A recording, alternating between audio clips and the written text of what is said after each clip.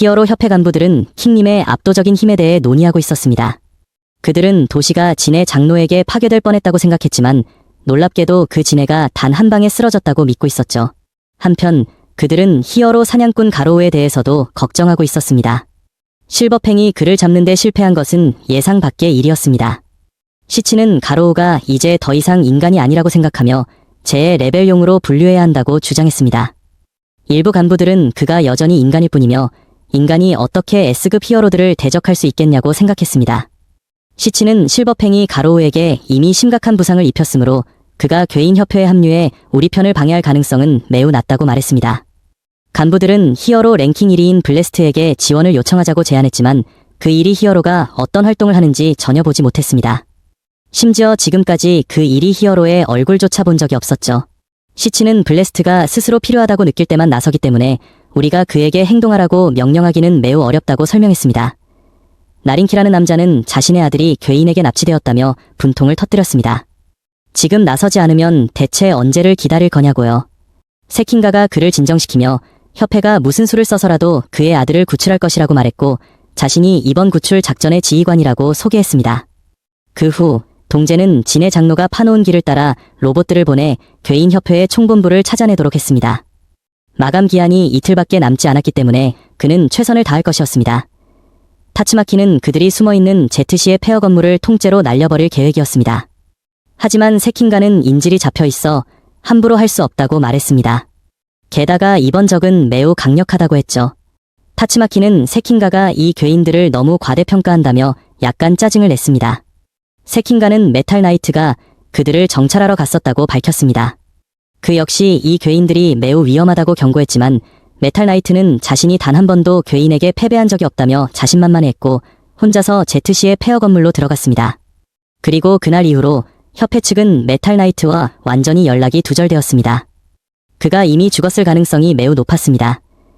괴인협회의 은신처를 하루 종일 찾던 아토믹 사무라이와 그의 제자들도 본부로 돌아왔습니다. 하지만 문제는 엉뚱한 곳을 찾아서 어떤 괴인협회도 찾아내지 못했다는 것이었죠. 아마이마스크도 와서 아토믹 사무라이가 제자들을 전투에 참여시킨 것에 대해 불쾌감을 표했습니다. 그는 구출팀은 오직 최고 엘리트들만 필요하며 약자는 약자와 싸워야 할 뿐이라고 생각했기 때문입니다. 자신의 제자가 무시당하는 것을 듣고 아토믹 사무라이는 매우 화가 나서 온갖 비꼬는 말을 했습니다. 아마이마스크는 자신을 얕보지 말라고 충고했습니다. 그는 자신이 원하면 언제든지 S급으로 승급할 수 있지만 히어로의 수준을 관리하기 위해 일부러 A급 1위를 계속 유지하고 있다고 말했습니다. 그리고는 자신이 아토믹 사무라이보다 강하다고 직설적으로 말했고 이로 인해 사무라이는 더욱더 화가 났습니다. 상황이 급박했기 때문에 탱글탱글 프리즈너는 교도소 정문을 통해 특별히 외출 허가를 받았습니다. 이전에는 행동하고 싶을 때마다 탱글탱글 프리즈너는 항상 벽을 부수고 탈옥했었죠. 하지만 이번에는 한 고양이가 침입해 죄수들을 괴인으로 만들고 그들을 이끌고 가버렸습니다. 용감한 교도관들이 막으려 했지만 모두 그에게 살해당했고 그래서 탱글탱글 프리즈너는 교도소로부터 그 고양이와 결판을 내러 가도록 허락받았습니다. 아끼는 부하 중 한 명은 그가 떠나는 기념으로 스웨터를 짜주기도 했습니다. 동제는 메탈 나이트 보포이에게 연락해 협력해달라고 간청했습니다. 그가 틀림없이 괴인들의 소굴을 이미 찾아냈을 것이라고 알고 있었기 때문이죠. 그는 만약 자신이 말하지 않으면 인질이 죽고 말하면 인질뿐만 아니라 모두가 죽을 것이라고 했습니다. 그래서 그는 어떤 선택을 해야 할지 고민하고 있었습니다. 동제는 그가 이번에 왜 이렇게 신중한지 이해할 수 없어 답답했습니다. 그리고는 그의 메탈 나이트 로봇은 어떻게 됐는지 물었습니다. 만약 파괴되었다면 최소한 누가 그랬고 어떤 기술을 사용했는지 알려달라고 했죠. 보포이는 잠시 망설이다가 그것은 괴인왕 오로치였다고 밝혔습니다. 그의 단 한 번의 공격이 방어를 위해 들어올린 메탈 나이트의 발을 꿰뚫었습니다. 자폭 장치가 작동하기도 전에 전원이 끊겨버렸습니다. 그는 괴인협회를 두려워하는 것이 아니라 어둠 속에 숨어 비밀리에 기회를 기다리는 다른 존재가 있다는 것을 알고 있다고 했습니다. 인류를 지킬 사람이 아무도 남지 않았을 때 그들이 나설 것이라고요. 그리고 그는 동제에게 조심하라고 친척이나 친구라 할지라도 아무도 믿지 말라고 충고했습니다. 자신의 눈보라 그룹이 패배했기 때문에 후부키는 해결책을 찾기 위해 대머리 아저씨의 집에서 회의를 열기로 결정했습니다. 하지만 그때 대머리 아저씨의 집은 매우 붐볐고 모두 대단한 인물들이었습니다. 게다가 대머리 아저씨와 킹님은 게임에 대해 토론하고 있어서 우리 눈보라 아가씨는 식은땀을 뻘뻘 흘렸습니다. 그러다 그녀는 더 심각한 문제에 대해 이야기했습니다. 예를 들면 괴인협회의 위험성과 그녀의 그룹이 완전히 전멸했다는 사실 같은 것들이요. 비록 그중 절반은 그녀의 언니인 타츠마키 때문이었지만요. 그녀는 왜 뱅 하라범도 대머리 아저씨의 집에 있는지 궁금해했습니다. 뱅 하라범은 방금 싸움을 마쳐서 잠시 쉬기 위해 사이타마의 집을 빌렸다고 했습니다. 그러자 그녀는 모두에게 진지해지라고 말하며 전략을 논의하기 위한 회의를 시작했습니다. 그녀는 제노스에게 왜 히어로 협회의 전략에 참여하지 않는지 물었습니다. S급 히어로라면 이미 어떤 임무를 받았어야 했기 때문이죠. 제노스는 무술대회에서 스승님을 응원하고 전투에 참여하느라 협회와의 통신 장비가 녹아버렸다고 말했습니다. 뱅 하라범도 그것을 떨어뜨렸습니다. 킹님은 왜 고장 났는지조차 몰랐습니다. 후부키는 곧 전투가 벌어질 테니 모두가 행동할 방법을 생각해주길 바랐습니다. 제노스는 몸을 수리해야 한다고 했습니다. 뱅 하라범은 좀 더 쉬어야 했습니다. 킹님은 갑자기 개인적인 일이 생각나서 아직 행동할 수 없었습니다. 그래서 현재로서는 대머리 아저씨와 후부키만이 싸울 수 있었습니다. 뱅 하라범은 이 괴인협회의 규모를 우려했습니다. 그들은 이미 수가 많은데 가로우 녀석이 그들과 협력한다면 매우 위험해질 것이라고요. 대머리 아저씨는 가로우 녀석을 만나고 싶었지만 만날 수 없었습니다. 돌아오는 길에 사람들이 그가 히어로 무리를 쓰러뜨렸다고 말하는 것을 들었습니다. 그런데도 그가 자기를 찾아오지 않아서 매우 짜증이 났습니다. 그는 자신이 망토 두른 대머리라서 그런 건지 궁금해했습니다. 그러다 그는 그를 찾으러 밖으로 나가기로 결심했습니다. 나가는 김에 양배추도 좀 사고요. 후부키는 아무도 자기 그룹에 영입하지 못해 완전히 실망했습니다. 히어로 협회에 대한 인내심을 잃은 나린키는 아들을 구하기 위해 자신만의 특수부대를 조직했습니다. 이 부대의 모든 대원들은 매우 최첨단 전투복을 장비하고 있었습니다. 그는 전투복의 힘이 저 밖의 전문 히어로들보다 훨씬 뛰어나다고 자신했습니다. 한편 좀비맨은 찾아야 할 곳을 찾아낸 것 같았습니다. 가로우 녀석은 어딘지 모를 곳에서 깨어났고 온몸이 극심하게 아팠습니다. 그는 문득 책상 위의 편지 한 통을 보았습니다. 책상 위 편지의 내용은 다음과 같았습니다. 괴인협회에 온 것을 환영한다. 이 편지를 읽고 있다면 내가 우리에게 구조되었다는 뜻이다. 안심하고 쉬고 함부로 돌아다니지 마라. 지금 내가 밖에 나가면 틀림없이 히어로들에게 바로 잡힐 것이다. 방에 옷이 준비되어 있으니 마음대로 가져다 입어라. 옷을 입은 후 그는 온갖 생각에 잠겨 밖으로 나갔습니다. 문득 그는 나린키의 특수부대가 교로교로에게 목숨을 구걸하고 있는 것을 발견했습니다. 이들이 잡힌 이유는 G5라는 로봇과 마주쳤기 때문이었습니다. G5 녀석은 어떤 조직에서 괴인협회를 지원하기 위해 파견한 신참이었고 그의 재해 등급은 기급이었습니다.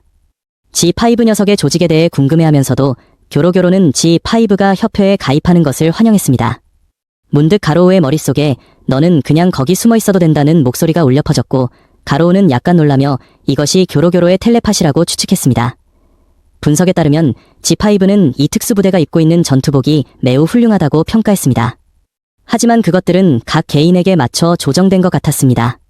그래서 다른 사람들이 입으면 그 힘을 발휘할 수 없었습니다. 교로교로는 G5의 의도가 그들을 노예로 삼으려는 것임을 이해했습니다. 그 말을 듣고 여교인 요녀가 나타나 이들을 길들이겠다고 나섰습니다. 그러자 그들은 순식간에 요녀에게 길들여졌습니다. 잠시 후 가로우 녀석이 당당하게 들어섰습니다. 교로교로는 지난 전투 이후로 기급 이상의 괴인 수가 급격히 줄어 현재 30명도 채 남지 않았다고 말했습니다. 그럼에도 불구하고 그는 히어로 측을 이길 자신이 충분하다고 했습니다. 단지 단결력과 리더, 괴인이 한 명 더 필요할 뿐이라고요. 그러다 그는 가로우 녀석을 괴인 간부로 추천하기로 결정했고 다른 괴인들은 불평했습니다. 가로우 녀석이 참여하자마자 바로 리더 직책을 주었기 때문이죠. 교로교로는 가로우가 자신이 필요로 하는 자질을 모두 갖추고 있다고 말했습니다. 강력한 히어로 사상을 가진 자야말로 그가 찾던 인재였습니다. 하지만 괴인왕 오로치에게는 한 가지 조건이 있었습니다. 그것은 가로우에게 하루의 시간을 주어 히어로 한 명의 목을 가져와 진정한 괴인임을 증명하라는 것이었습니다. 가로우 녀석은 이전에 히어로 무리를 처리함으로써 이미 증명했다고 생각했습니다. 새 괴인이 실버펜 그룹은 아직 살아있고 진해 장로는 그들에게 소멸되었다고 말했습니다. 가로우가 증명임무를 하러 떠난 후 교로교로는 기급 괴인 2명을 소환했습니다. 첫 번째 녀석의 이름은 벌레신, 두 번째 녀석의 이름은 귀신 커터였습니다. 교로교로는 그 두 녀석에게 가로우를 따라가라고 지시했습니다. 화장실과 친구가 된 하룻밤 후 손익 녀석은 온몸이 가벼워지고 새로운 힘이 솟아나는 것을 느꼈습니다. 그는 그 두 망할 녀석이 준 괴인 세포 때문이라고 생각하며 설사에 대해 경고하지 않은 그들을 탓했습니다.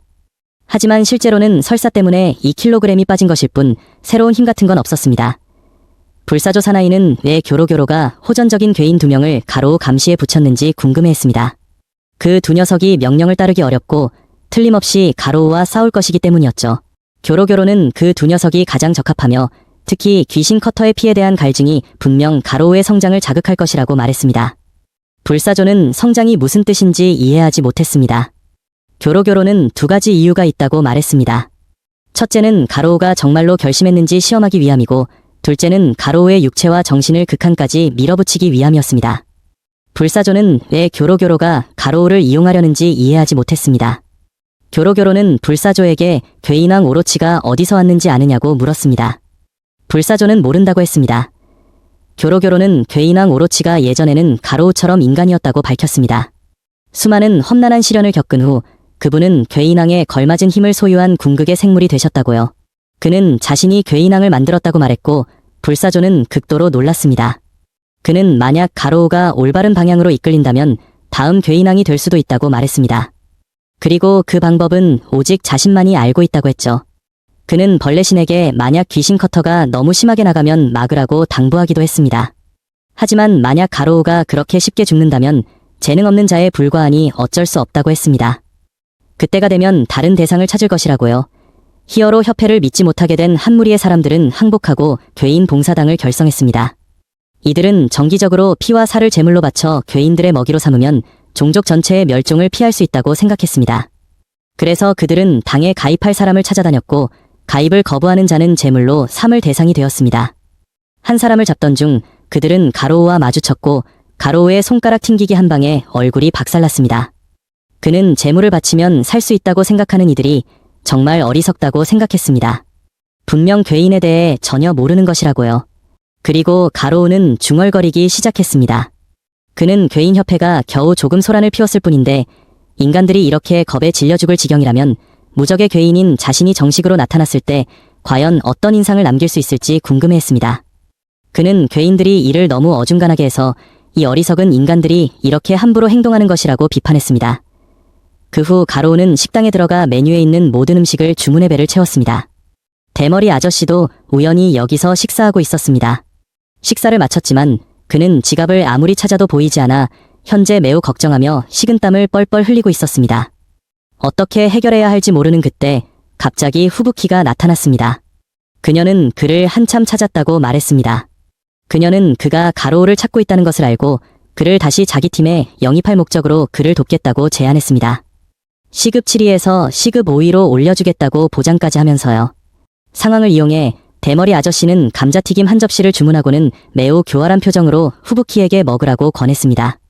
갑자기 직원이 무전 취식자가 있다고 소리쳤고 대머리 아저씨는 얼굴이 새하얘졌습니다. 분명 그는 아직 아무 짓도 하지 않았기 때문이죠. 하지만 직원이 말한 것은 그가 아니라 다른 사람이었습니다. 그러자 그는 무전 취식자를 잡으러 달려가면서 후부키에게 자기 몫까지 계산해달라고 했고 후부키는 대머리 아저씨가 감자튀김 한 접시 값을 떼먹을 줄은 상상도 못해서 식은땀을 흘렸습니다. 가로우는 배회하며 생각에 잠겼습니다. 이제 그는 괴인으로 인정받기 위해 히어로 한 명을 죽여야 했습니다. 문득 그는 꼬마 타레오가 괴롭힘 당하는 것을 보고 괴롭히는 아이들을 겁줘서 쫓아냈습니다. 꼬마 타레오는 그때 도망친 것에 대해 가로우에게 사과했습니다. 분명 그는 히어로들이 가로우를 공격한 것이 잘못되었다는 것을 알고 있었습니다. 가로우는 단지 그를 위해 총알을 막아주려 했을 뿐이었으니까요. 그리고 방금도 가로우는 비슷한 유로운 행동을 했습니다. 가로우는 듣기 역겹다며 그의 말을 막았습니다. 바로 그 후 대머리 아저씨가 따라잡아 가로우에게 무전 취식죄를 경고했습니다. 하지만 이번에는 그가 무전 취식한 시점이 자신도 무전 취식한 시점과 같았기 때문에 그는 한번 봐주기로 했습니다. 다시는 그러지 말라고 충고하고는 떠났습니다. 대머리 아저씨가 그냥 가버리자 그는 답답해하며 대머리 아저씨의 히어로 이름이 무엇인지 물었습니다. 대머리 아저씨는 부끄러워하며 망토 둘은 대머리라고 말했습니다. 꼬마 타레오는 히어로 도감에서 대머리 아저씨를 본 적이 없어서 그가 신참이라고 추측했습니다. 그러면서 가로우에게 무전 취식은 창피한 지딘이 하지 말라고 충고했습니다. 가로우는 괴인협회와 히어로들뿐만 아니라 이 콧물 흘리는 꼬마까지 자신을 동정하는 것에 더욱 답답해졌습니다. 심지어 아까 뱅 하라범이 살아있다는 소식을 들었을 때 왜인지 모르게 매우 안도감을 느꼈습니다. 그는 자신이 아직 정말로 괴인이 되기로 결심하지 않은 것인지 자문했습니다. 그러다 그는 대머리 아저씨의 목을 가져가 자신을 증명하기로 결심했습니다. 하지만 그를 치기도 전에 그에게 한 방 맞고 날아가 버렸습니다. 기본적으로 그도 무전 취식을 했기 때문에 이를 크게 만들고 싶지 않았습니다. 만약 가로우를 잡아간다면 둘 다 곤란해질 것이기 때문이었죠. 깨어난 후 가로우는 꼬마 타레오에게 대머리 아저씨에 대해 물었습니다. 하지만 꼬마는 대머리라는 것 외에는 그가 누군지 전혀 몰랐습니다. 가로우는 자신이 그렇게 패배했다는 것을 믿을 수 없었습니다. 문득 두 기급 괴인, 벌레신과 귀신 커터가 나타났습니다. 그들은 가로우가 자신들과 다르다고 생각했습니다. 그에게서는 어떤 괴인다움도 느낄 수 없었기 때문이죠. 귀신 커터를 보자 꼬마 타레오는 얼굴이 새하얘졌습니다. 신문에서 그가 새벽에 아이들을 납치하는 도시 전설 속의 괴인이라고 떠들었기 때문입니다. 하지만 지금 직접 보니 그것은 더 이상 소문이 아니라는 것을 증명했습니다. 두 괴인이 다가오는 것을 보고 가로우는 나서서 꼬마 타레오를 보호했습니다. 좀비맨은 지붕 위에서 한 타코야키 가게를 감시하며 그 안이 괴인협회를 조종하는 자해지휘본부라고 의심했습니다. 타코야키 가게는 세간의 눈을 속이기 위한 위장에 불과했습니다. 그리고 그들은 바로 그가 수년 동안 쫓아온 자들이었습니다. 역사상 가장 사악한 조직, 인류를 멸망시키고 세계를 재건하려는 사상을 가진 자들. 감시 결과 그는 지금이 그곳에 들어가기에 가장 적합한 시점이라고 믿었습니다. 다른 멤버들은 모두 외출한 것 같았기 때문이죠. 몇 시간 동안 감시한 결과 오직 기계 고릴라 한 마리만이 드나들었을 뿐이었습니다. 귀신 커터는 가로우에게 꼬마 타레오를 죽여 진정한 괴인임을 증명하라고 요구했습니다. 왜냐하면 괴인은 인간성을 버리고 인류와의 모든 관계를 끄는 자여야 하기 때문입니다. 꼬마를 구하고 보호하는 대신 그를 죽여야만 괴인의 본성에 맞는 것이라고요. 꼬마 한 명 죽이는 것도 감히 못하면서 어떻게 인류 세계를 전복시킬 수 있겠냐고요. 게다가 아까는 어중이 떠중이 히어로에게 지기까지 했잖습니까. 비록 기습 공격이었다고 해도 그런 전투 능력은 너무 형편없었습니다. 가로우는 꼬마 타레오에게 빨리 도망치라고 소리쳤습니다. 다리가 떨려 움직일 수 없더라도 그렇게 해야 한다고요. 계속됐으면서 다른 사람이 도와주길 기다릴 수만은 없다고요. 위협받을수록 더 강해져야 한다고요. 오직 자신만이 자신을 지킬 수 있을 뿐이라고요. 바로 그때 귀신 커터가 타레오를 공격했고 가로우는 끼어들었습니다. 뛰어난 무술을 사용해 귀신 커터를 멀리 차버렸습니다. 꼬마 타레오는 진리를 깨닫고 허겁지겁 도망쳤습니다. 방금의 일을 통해 두 괴인은 답을 얻었고 양측의 적대 관계는 공식적으로 형성되었습니다. 좀비맨은 타코야키 가게로 걸어가 오늘이 진화의 지배 종말의 날이라고 선포했습니다. 그는 자신을 좀비맨이라는 이름의 불사신 히어로라고 소개했습니다. 옛날에는 실험체 66호라고도 불렸죠. 고릴라는 진화의 집은 아주 오래전에 무너졌다고 말했고 좀비맨은 식은땀을 흘렸습니다. 지너스는 유명한 S급 히어로 좀비맨이 바로 자신의 진화의 집에서 만들어졌다는 것을 믿을 수 없었고 실험체 66호에 대해서도 똑똑히 기억하고 있었습니다. 그것은 불사신 제조 프로젝트에서 유일하게 성공한 실험체였습니다. 하지만 바로 그 후 이 실험체는 연구시설 전체를 파괴하고 도망쳤습니다. 그날 이후로도 10년이 지났고 그는 언젠가 실험체 66호가 복수하러 돌아올 것이라고 알고 있었습니다. 단지 이렇게 훌륭한 S급 히어로가 될 줄은 몰랐을 뿐이죠. 좀비맨은 도끼를 들고 지너스를 위협하며 진화의 집이 무너진 이유와 왜 다시 짓지 않는지 물었습니다. 그는 한 초강력한 존재가 나타나 자신의 연구가 결코 그 존재와 비교될 수 없음을 깨닫게 했다고 밝혔습니다. 왜냐하면 그 존재는 리미터를 파괴한 자였기 때문입니다. 실제로 아무리 노력해도 모든 생물에게는 일정한 한계가 있습니다. 인내 한도를 넘어서면 몸은 많은 부작용을 겪고 그 개체를 매우 잔인한 괴물로 만들 수 있습니다. 그래서 창조주는 모든 종이 적절한 수준 내에서만 발전하도록 규정했고 그것이 리미터라고 불립니다. 하지만 자신의 한계를 끈질기게 쫓아간 존재가 있었고 심지어 그것을 돌파해냈으며 그 존재는 성공했습니다. 가로우는 이때 두 괴인과 격렬하게 싸우고 있었습니다. 그는 벌레신의 가슴에 주먹을 날렸지만 오히려 자신의 손이 아팠습니다. 귀신 커터는 연속 배기로 달려들었지만 가로우가 피해서 맞추지 못했습니다. 벌레씨는 그 기회를 틈타 뒤에서 가로우를 기습했고 가로우는 전깃줄에 맞아 감전되었습니다. 그럼에도 불구하고 그는 여전히 매우 강했고 계속해서 두 괴인과 맞서 싸웠습니다. 좀비맨은 지너스의 미친 이상까지 꺾을 정도로 강한 자가 있다는 것을 믿을 수 없었습니다. 그는 그 자가 한계를 넘기 위해 매우 큰 대가를 치렀을 것이라고 생각했습니다. 지너스는 그 자가 매우 큰 대가를 치렀다고 인정했습니다. 그것은 바로 머리의 모든 머리카락을 잃은 것이었습니다. 또한 상대를 단 한 방에 쓰러뜨린 후 그 자는 외롭고 고독한 표정을 드러냈습니다.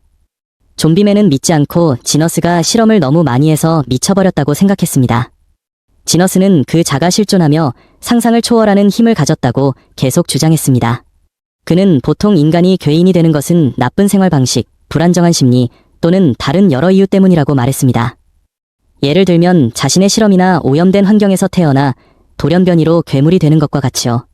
그리고 이런 경우는 한계를 넘은 것으로 치지 않습니다. 그들은 완전히 다른 종으로 변태했기 때문이죠.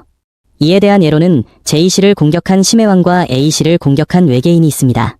그들은 괴물로 간주될 수 있지만 본래부터 그런 생물이었고 지능을 가진 인류의 천적으로 분류됩니다. 반면 히어로들은 보통 태어날 때부터 남다른 힘을 가지고 있습니다. 훈련 노력을 통해 그들은 타고난 자질을 점점 더 발휘하게 됩니다. 일부는 기계로 개조되거나 생물학적 실험을 통해 힘을 얻습니다. 또 소수는 태어날 때부터 비범한 지능이나 초능력을 가지고 있습니다. 하지만 그 자는 완전히 달랐습니다. 그는 평범하게 태어나 매우 평범한 삶을 살았습니다. 심지어 어떤 재능도 없었고 단지 한 개의 문을 부술 때까지 운동을 했을 뿐이며 그 결과 상상할 수 없는 힘을 얻었습니다. 지너스는 생각할수록 그 당시 자신의 하찮은 야망이 정말 우스꽝스러웠다고 느꼈습니다. 말을 마친 그는 좀비맨에게 더 질문이 없는지 물었습니다. 좀비맨은 들어도 무슨 말인지 몰라서 더 물어볼 것도 없었습니다. 잠시 생각하다가 그는 왜 타코야키를 팔고 있는지 물었습니다. 지너스는 예전에 인체 재생 연구를 하다가 문어의 촉수를 무한히 재생하는 방법을 발견했다고 말했습니다. 가로우와 두 괴인의 전장으로 돌아와서 가로우는 이 두 놈을 완전히 처리할 수 있다고 속으로 생각했습니다. 뱅 하라범에 비하면 이 두 놈은 아무것도 아니었기 때문이죠. 두 괴인은 가로우도 꽤 강하다는 것을 믿을 수 없었습니다.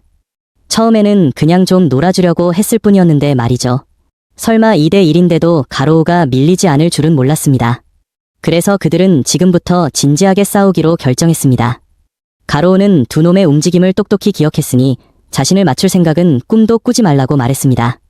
문득 진흙 해파리가 꼬마 타레오를 인질로 잡고 나타났고 가로우는 경계를 잃어 귀신 커터에게 등을 한 방 찔렸습니다. 그리고 그는 계속해서 가로우의 등을 마구 베었고 가로우는 자신의 피웅덩이 속에 쓰러졌습니다.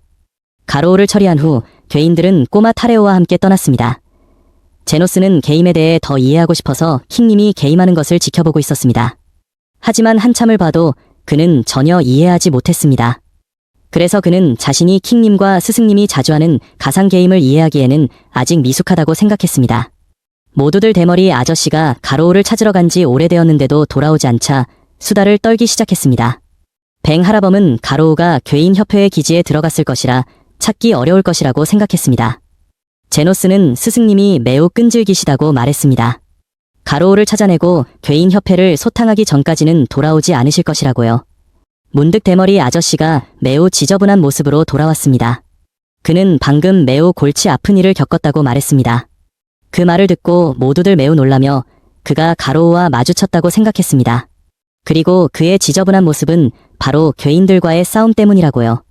하지만 그는 돌아오는 길에 만난 잡괴인 몇 마리를 그냥 손 좀 봐줬을 뿐이라고 말했습니다. 모두들 그가 말한 골치 아픈 일에 대해 여전히 매우 신경 쓰고 있었습니다. 갈 때는 매우 기세등등했는데 돌아올 때는 이상하게 풀이 죽어 있었기 때문이죠. 대머리 아저씨는 한숨을 쉬며 지갑을 잃어버렸다고 말했습니다. 그 안에는 그가 힘들게 모은 6,000엔도 들어있었다고요. 뱅 하라범은 그가 가로우와 싸운 줄 알고 걱정했는데 그 말을 듣고 안도의 한숨을 내쉬었습니다. 문득 그는 얼굴이 창백해졌습니다. 무전 취식자를 쫓아갈 때 식당에 양배추 몇 개를 두고 온 것이 생각났기 때문이죠. 문득 후부키가 양배추 봉지를 들고 들어와 계산서를 대신 내게 한 죄로 대머리 아저씨를 온갖 욕을 하며 비난했습니다. 문득 제노스는 무언가 물체가 빠르게 다가오고 있음을 감지했습니다. 그는 상황을 분석하기 시작했습니다. 현재 그는 심하게 손상되어 싸울 수 없었습니다. 뱅 형제는 부상을 입었습니다. 후부키는 기급 재해와 싸울 힘이 부족했습니다. 그리고 스승님은 지갑을 잃어버려 정신적 충격을 받은 상태였습니다. 그래서 오직 킹님만이 싸울 수 있을 만큼 건강했습니다. 그러자 그는 킹님에게 나가서 응전하라고 했고 킹님은 식은땀을 뻘뻘 흘렸습니다. 잠시 후 킹님은 낯선 사람을 집으로 데려왔습니다. 그가 제노스를 만나고 싶어 했기 때문이죠. 알고 보니 낯선 사람은 적이 아니라 쿠세노 박사였습니다. 그는 제노스의 상태를 보러 왔다고 말했습니다. 로봇들이 그를 데리러 올 때까지 기다릴 수 없어서 직접 왔다고요. 그리고 그는 그를 이렇게 만든 적에 대해 물었습니다. 제노스는 그 적은 평소처럼 스승님께서 해치우셨다고 말했습니다. 제노스의 스승님을 만난 박사는 인사를 나누고 인생 이야기를 시작했습니다. 제노스는 박사에게 내용을 20단어 이내로 요약해달라고 했습니다. 대머리 아저씨는 제노스를 데리러 온 사람이 있으니 집도 좁으니 모두에게 작별 인사를 했습니다. 박사는 고급 소고기 한 상자를 꺼내 대머리 아저씨에게 선물했습니다. 오랫동안 제노스를 돌봐준 것에 대한 감사의 표시였죠. 대머리 아저씨는 소고기 상자를 보고 얼굴이 환해지며 앞으로 박사님과 나눌 이야기가 많을 것이라고 말했습니다. 후부키는 대머리 아저씨가 그렇게 쉽게 매수될 줄은 몰랐습니다. 그걸 진작 알았더라면 온갖 계략을 쓸 필요가 없었을 텐데요. 고기와 양배추가 생기자 대머리 아저씨는 전골을 끓이기로 결정했습니다. 그러면서 상관없는 사람들은 각자 집으로 돌아가라고 했습니다. 귀신 커터와 벌레 쉬는 기지로 돌아와 교로교로에게 상황을 보고했습니다. 그들은 가로우가 어중간한 괴인일 뿐이며 조만간 반란을 일으킬 것이므로 그를 처리한 것은 완전히 합리적이라고 생각했습니다. 교로교로는 그렇게 한 것에 대해 두 사람을 나무라지 않았지만 두 사람의 모습이 좀 초라해 보여서 가로우가 강했다고 생각했습니다. 귀신 커터는 가로우가 정말 대단한 힘을 가졌다고 인정하며 교로교로가 왜 기급 괴인 2명이나 보내 가로우를 처리하게 했는지 이해하게 되었습니다. 비록 그가 100% 죽었다고 확신할 수는 없지만 수백 번의 칼질을 당했는데 어떻게 살아남을 수 있겠냐고요. 교로교로는 두 사람에게 꼬마 타레오에 대해 물었습니다. 귀신 커터는 심심해서 놀잇감으로 데려왔다고 말했습니다. 교로교로는 놀 시간이 없다고 말했습니다. 한 로봇이 진의 장로가 판 모든 터널을 샅샅이 뒤지고 있기 때문이라고요. 약 하루만 더 지나면 히어로 협회가 이곳을 찾아낼 것이라고요. 히어로 협회가 곧 온다는 정보에 괴인들은 매우 안달이 났습니다. 불사조 사나이는 이때 야망을 품고 있었습니다. 그것은 바로 자신이 차세대 괴인왕이 되겠다는 것이었습니다.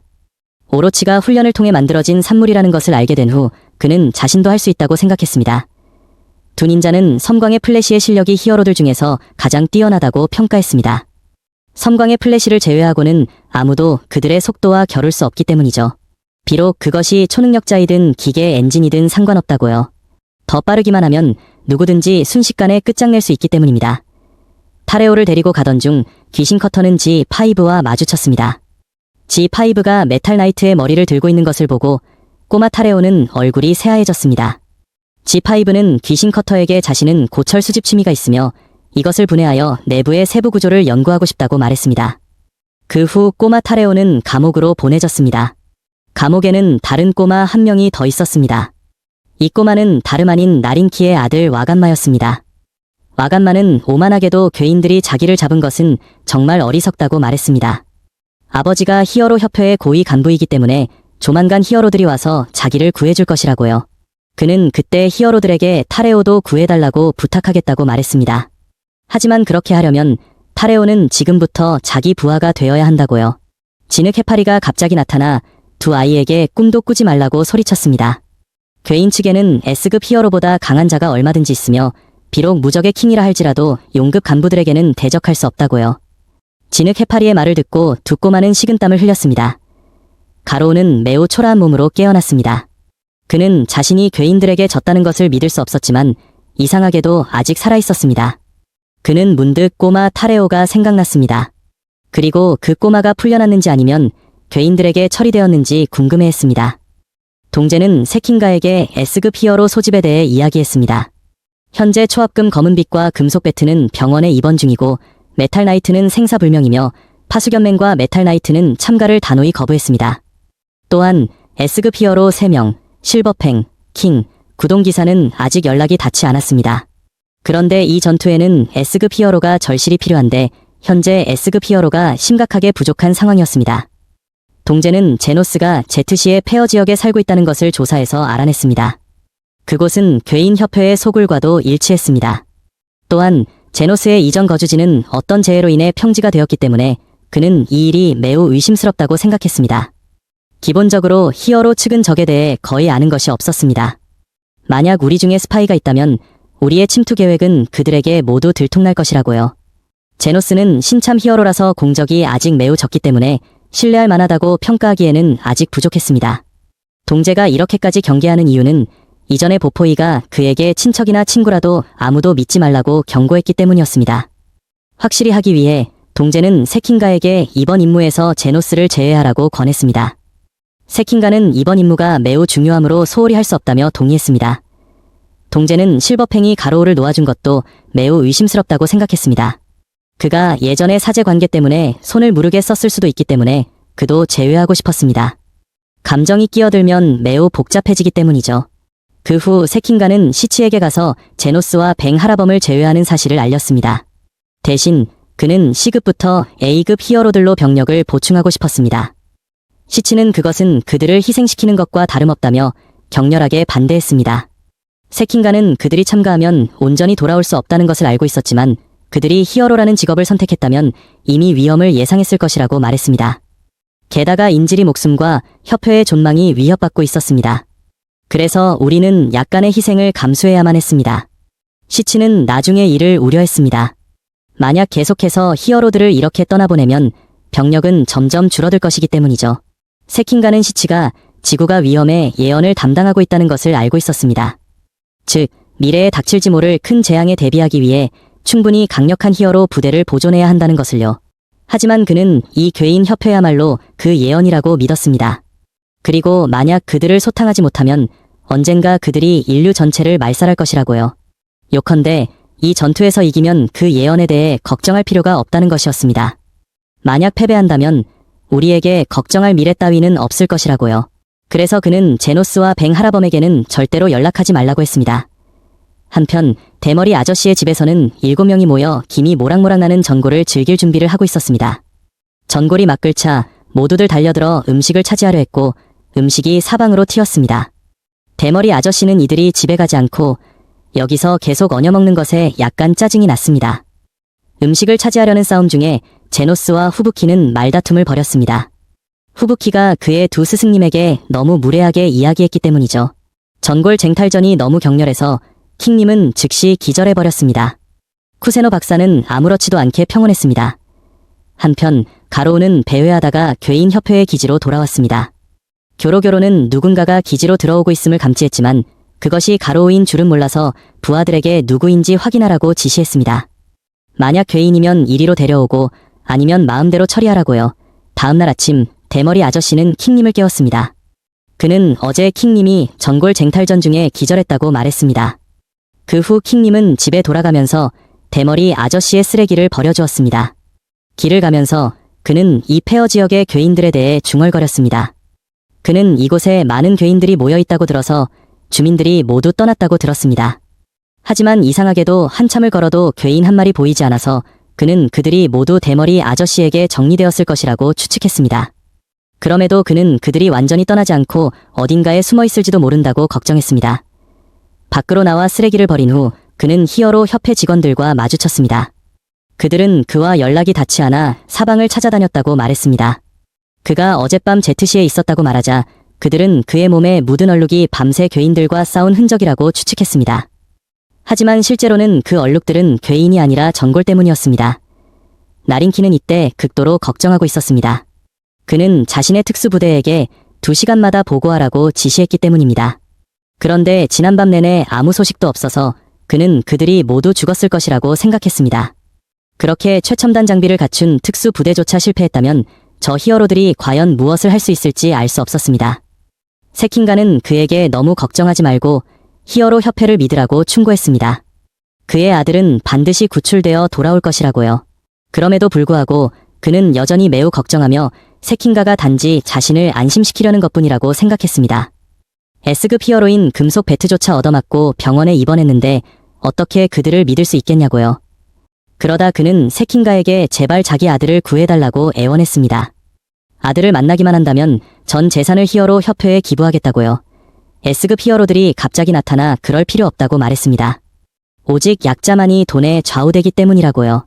그리고 그런 자들은 이 전투에 아무런 도움이 되지 못한다고 했습니다. 모두 S급 히어로였기 때문에 그들은 자신의 힘에 매우 자신감이 있었고 인지를 성공적으로 구출해 나린키에게 데려다주겠다고 보장했습니다. 그 후 그들은 함께 앉아 공격 전략을 논의했습니다. 동제는 함께 가는 대신 나누어서 가자고 제안했습니다. 그는 괴인들도 비슷한 전략을 쓸 것이라고 생각했기 때문입니다. 그래서 만약 팀 전체가 함께 간다면 매복에 당할 가능성이 매우 높다고요. 그는 각자에게 통신 장비와 위치 추적기를 준비했습니다. 인질이 목숨이 적의 손에 달려있기 때문에 그는 모두가 가능한 한 빨리 적을 소멸시키고 인질이 위치를 파악하여 구출할 사람이 필요하다고 했습니다. 또한 도망치려는 괴인들을 처리하기 위해 지상에 몇 명이 남아있을 필요도 있다고 했습니다. 만약 한 번에 소탕하지 못하면 그들은 숨어버릴 것이고 나중에 그들을 파악하기가 매우 어려워질 것이기 때문입니다. 세킹가는 C급부터 A급 히어로들을 추가로 모았다고 말했습니다. 그들은 호급 이하의 괴인들을 상대하기에 충분한 힘이 있기 때문이라고요.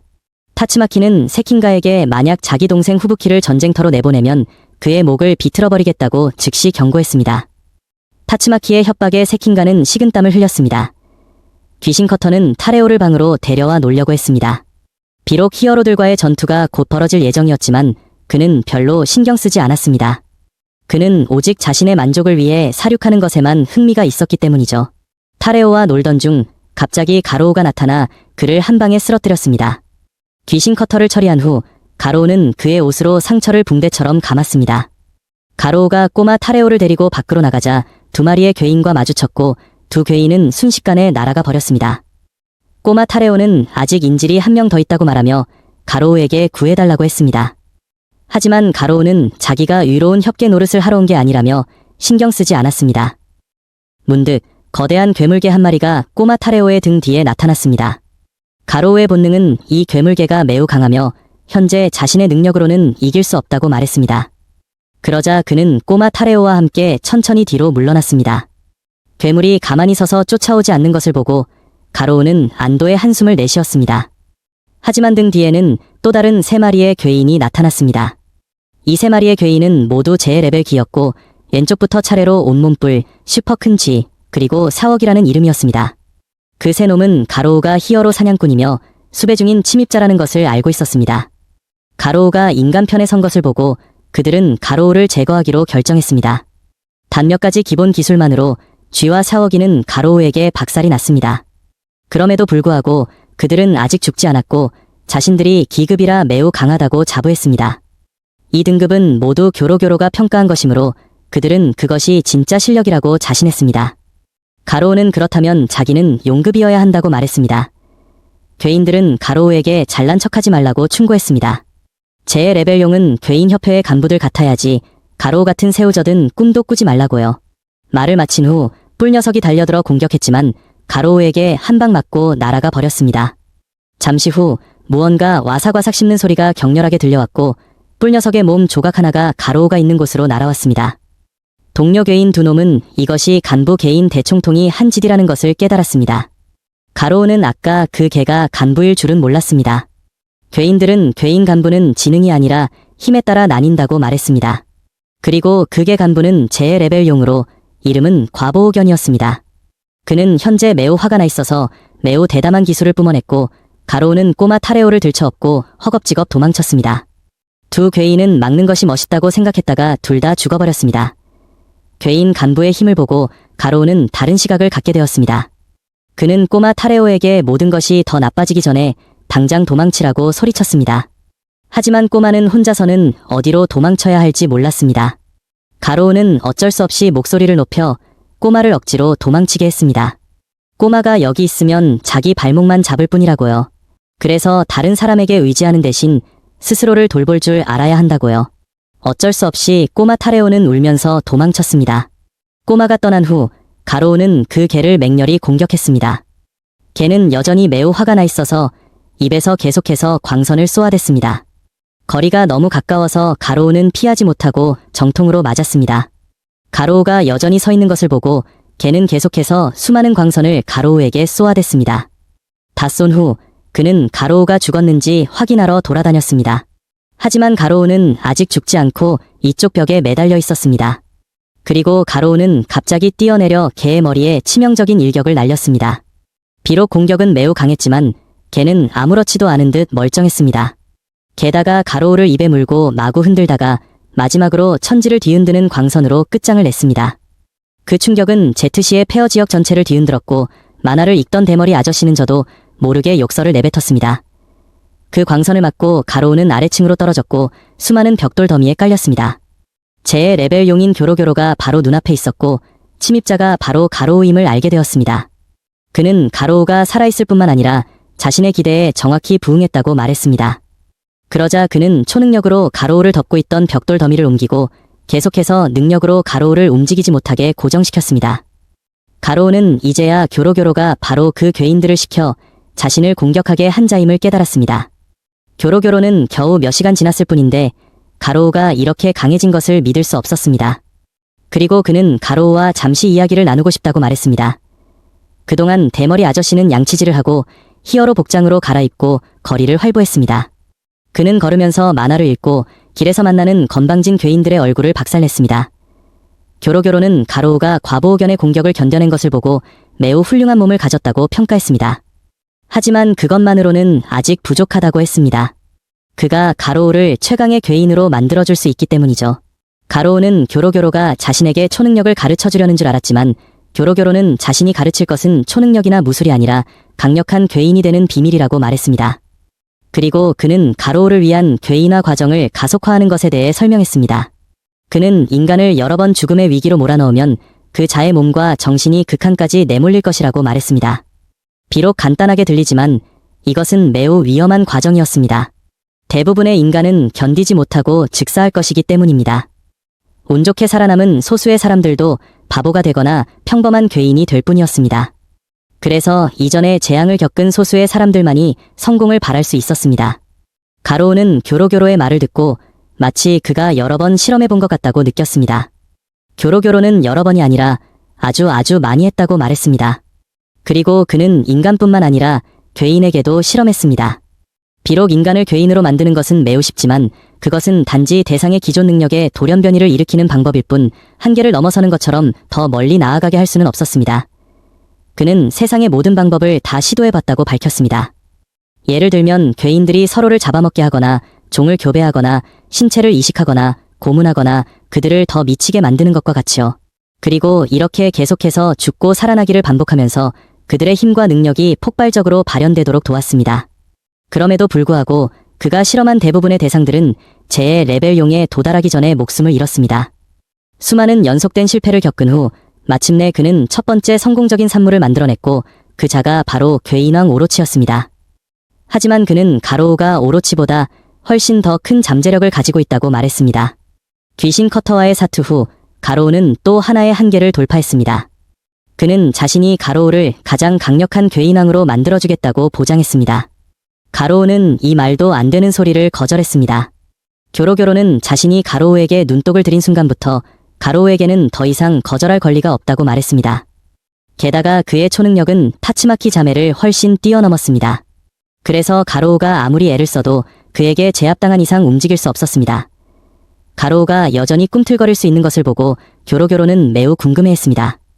가로우는 그것이 자신의 의지 덕분이라고 추측했습니다. 교로교로는 가로우의 적응 능력이 정말 대단하다고 인정했습니다. 지금 바로잡지 않으면 나중에 조종하기가 매우 어려워질 것이라고요.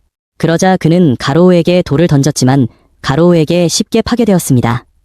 왜냐하면 가로우는 교로교로의 약점을 알아차렸기 때문입니다. 그것은 바로 그가 한 번에 한 가지 행동만 할 수 있다는 것이었습니다. 아까 그가 돌무더기를 조종해 날릴 때 가로우는 더 이상 제압당하지 않았기 때문이죠. 가로우는 그를 조롱하기 시작했습니다. 괴인협회의 배후인 그만 처리하면 조직 전체가 무너질 것이라고요.